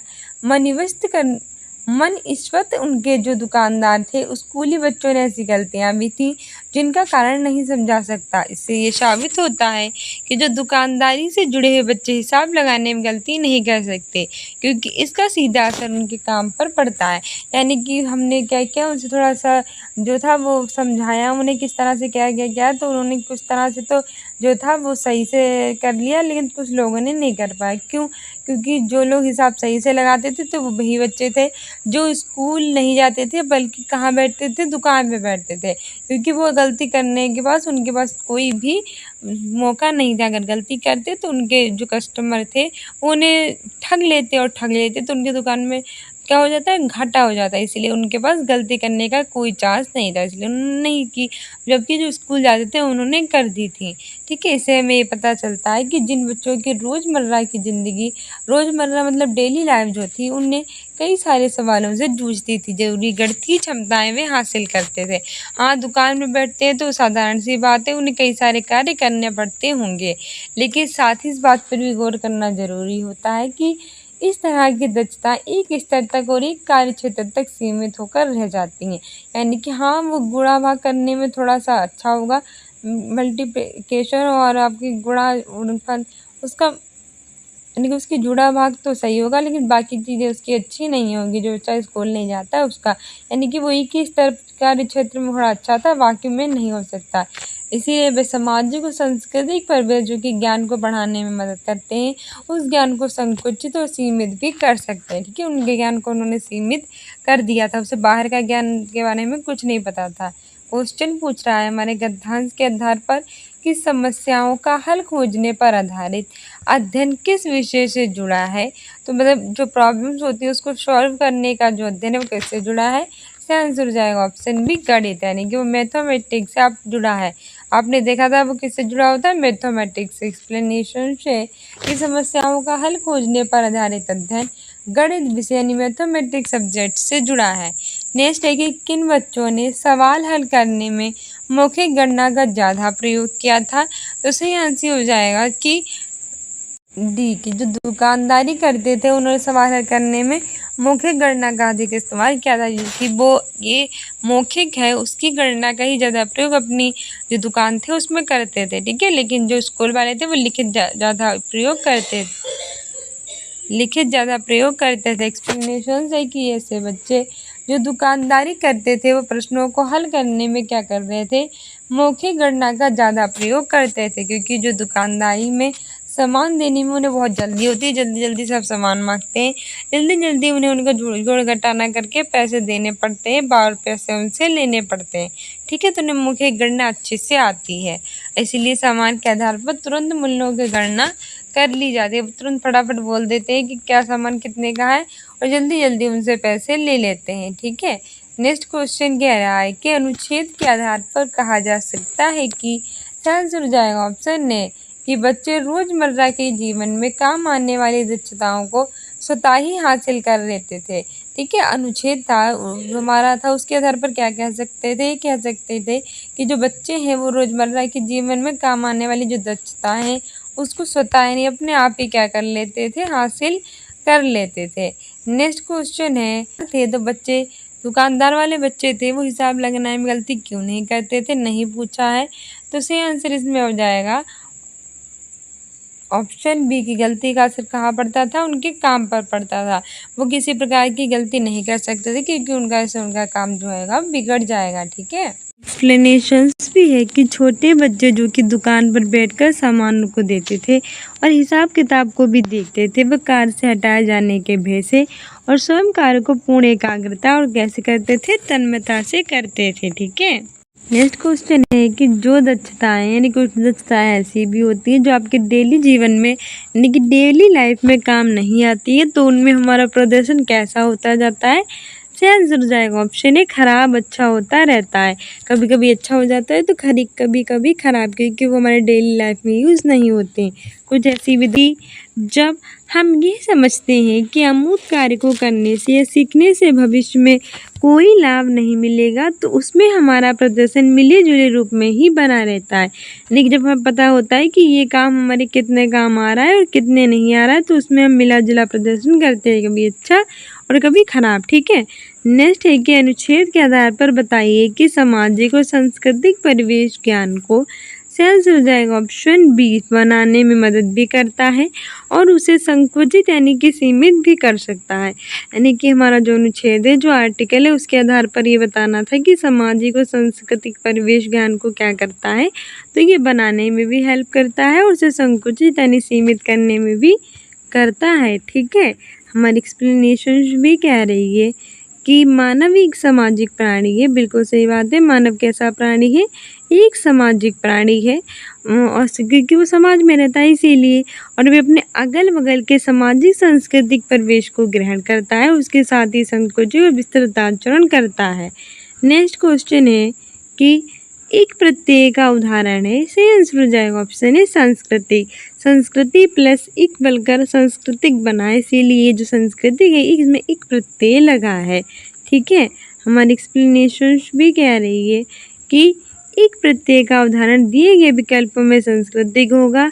अन्य उदाहरण एक प्रत्यय से संबंधित है, जैसे कि मौखिक, मानसिक, नैसर्गिक, तार्किक और प्रारंभिक।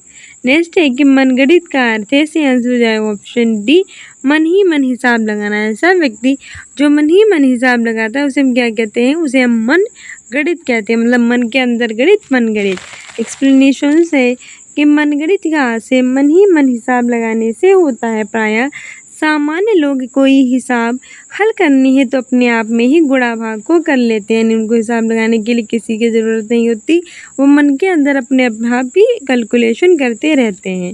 नेक्स्ट है कि संयुक्त क्रिया का उदाहरण है, सही आंसर हो जाएगा इसमें हमारा ऑप्शन डी अध्ययन किया गया। ठीक है। इसमें संयुक्त क्रिया है, संयुक्त क्रिया जुड़ी हुई क्रिया है, अध्ययन किया गया। ठीक है। एक्सप्लेनेशंस भी है कि संयुक्त क्रिया का उदाहरण दिए गए विकल्पों में अध्ययन किया गया भी उचित प्रतीक होगा। ठीक है। सो डियर स्टूडेंट्स, ये था हमारा आज का सीटेट का प्रीवियस ईयर का पेपर जो आपके एग्जाम्स के लिए इम्पोर्टेंट था। मिलते हैं नेक्स्ट वीडियो में। Thank you, bye, keep rubbing, keep watching, keep sharing. भाग 5 इंग्लिश हो गया है। ये वैकल्पिक होता है, हिंदी और इंग्लिश में से आप जो हिंदी, इंग्लिश, संस्कृत में जो चाहें आप ले सकते हैं। सबसे पहले डायरेक्शंस दिए गए हैं। हमारा क्वेश्चन कह रहा है कि the main responsibilities of a language teacher as a facilitator is, answer हो जाएगा option D to create a number of opportunities for the learners to use the language meaningfully. है कि the main responsibility of a language teacher is to create opportunities for the learners to use the language meaningfully and appropriately, hence option D is correct answer. Next, which of the following will help learners take greater responsibilities for their own learning, से answer हो जाएगा option सी summative assessment. हमारी explanation भी है कि summative assessment यानी कि जो योगात्मक आकलन होता है helps learners take greater responsibility for their own learning, hence option C is correct answer. Next question कह रहा है कि the main purpose of assessment is, से आंसर हो जाएगा option B to improve the teaching learning process. ठीक है। The main purpose किसका होता है असेसमेंट का? कि to improve the teaching learning process. हमारी एक्सप्लेनेशन है कि the main purpose of assessment is improve the teaching learning process, hence option B is correct. Next question कह रहा है कि when young learners are taught to improve their spelling and punctuations they will, से answer हो जाएगा option C improve their accuracy. Next, instead of asking questions and getting answers from her learners, a teacher gives some short texts and asks her learners to frame questions. Her primary objective is to, से answer हो जाएगा option B, enhance the learners analytical and critical thinking। ठीक है। Next question कह रहा है कि reading between the lines as a sub skill of reading mainly involves, से आंसर हो जाएगा option B inferring the unstated using the contextual and verbal clues. अगला है कि correct speech habits correct speech habits can be developed most effectively through answer हो जाएगा option D pronunciation practice. मैं explanation है कि pronunciation practice helps develop correct speech habits. Hence option D is correct answer. Next question कह रहा है कि after reading a poem a teacher involves the learners in group work. One group rights the summary of the poem, another draws a pictures to depict the main theme, and another sings the poem to music. This activity answer option A caters to diverse abilities and interests.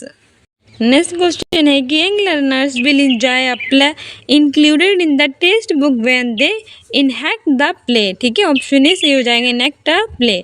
हमारा अगला question कह रहा है कि under construct approach to language learning learners are encourage to answer हो जाएगा option D discover the rules of grammar from examples. अगला क्वेश्चन है कि after story telling session the learners are asked to change the ending of the story. This will help the learners answer option C become imaginative and creative. Okay, next question है कि when young learners are asked to read a text silently they should be instructed. सही answer हो जाएगा option A to inflect the meaning of new words from the context and read with comprehension. Next question है कि the primary objectives of using role play is. Answer हो जाएगा option B to improve the communicative competence. Next question कह रहा है कि language skills are best learned. Answer हो जाएगा option A they are taught in a integrated manner. Next question कह रहा है कि substitutions tables drill helps teachers in. Answer हो जाएगा option C giving controlled language practice. Next question है कि when a part of the body is test. सही answer हो जाएगा option C that part loses the ability so feel any pain. Next है कि the real purpose of using anaesthetics is. सही answer हो जाएगा option A to perform operation without केजिंग plan. Next question है कि an anaesthetics is inhaled when it is administered. सही answer हो जाएगा option A as a gas. Next question है कि when a gas is used as an anaesthetics the anaesthetics is. सही answer हो जाएगा option C general. Okay, when a gas is used as an anesthetic, the anesthetic is general as given in lines 10th and 11th. Hence option C. Next है कि spinal anesthesia is resorted to when option A the operation involves a big area of the body. Spinal anesthesia is resorted to when the operation involves a big area of the body as given in lines 12 and 13. Hence option A. Next question है कि the expression the site of the operative incision lines 22 and 23 means। Answer हो जाएगा option D the place at which a cut is to be made। The site of the operative incision यानी कि चीरा means the place at which a cut is to be made। Hence option D। next है an abscess line 34 is। Answer हो जाएगा option A a collection of poisonous matters in a hole in the body। Next question है कि the word opposite in meaning to the word formerly lines 25 is later. Next है कि anaesthesia lines 25 is a noun. Next question है कि what expressions in the first paragraph subjects that not take place very often. से answer हो जाएगा option D. Next question है कि the shearer first cuts the wool from the desk of the sheep. से answer हो जाएगा option C under side. Next है कि why are loose clippings of wool gathered separately. से आंसर हो जाएगा option C so they do not get spoiled. Next है कि why are loose clippings of wool gathered separately। से answer हो जाएगा option D because they are not so valuable as wool fleeces। नेक्स्ट है कि wool which has been sheared from a sheep is। से answer हो जाएगा option D rolled and bundled। From the passage west tells us that shears are like a very large pair of scissors। Answer हो जाएगा option B serpented। Let's say the sheep is carried to the benches. It is an example of sense observation a passive voice. So students ये था हमारा CTET का previous year का paper जो आपके exams के लिए इंपॉर्टेंट था। इससे आपको आइडिया मिला कैसे एग्जाम में क्वेश्चन पूछे जाते हैं। मिलते हैं नेक्स्ट वीडियो में। Keep loving, keep watching, keep sharing. Thank you, bye.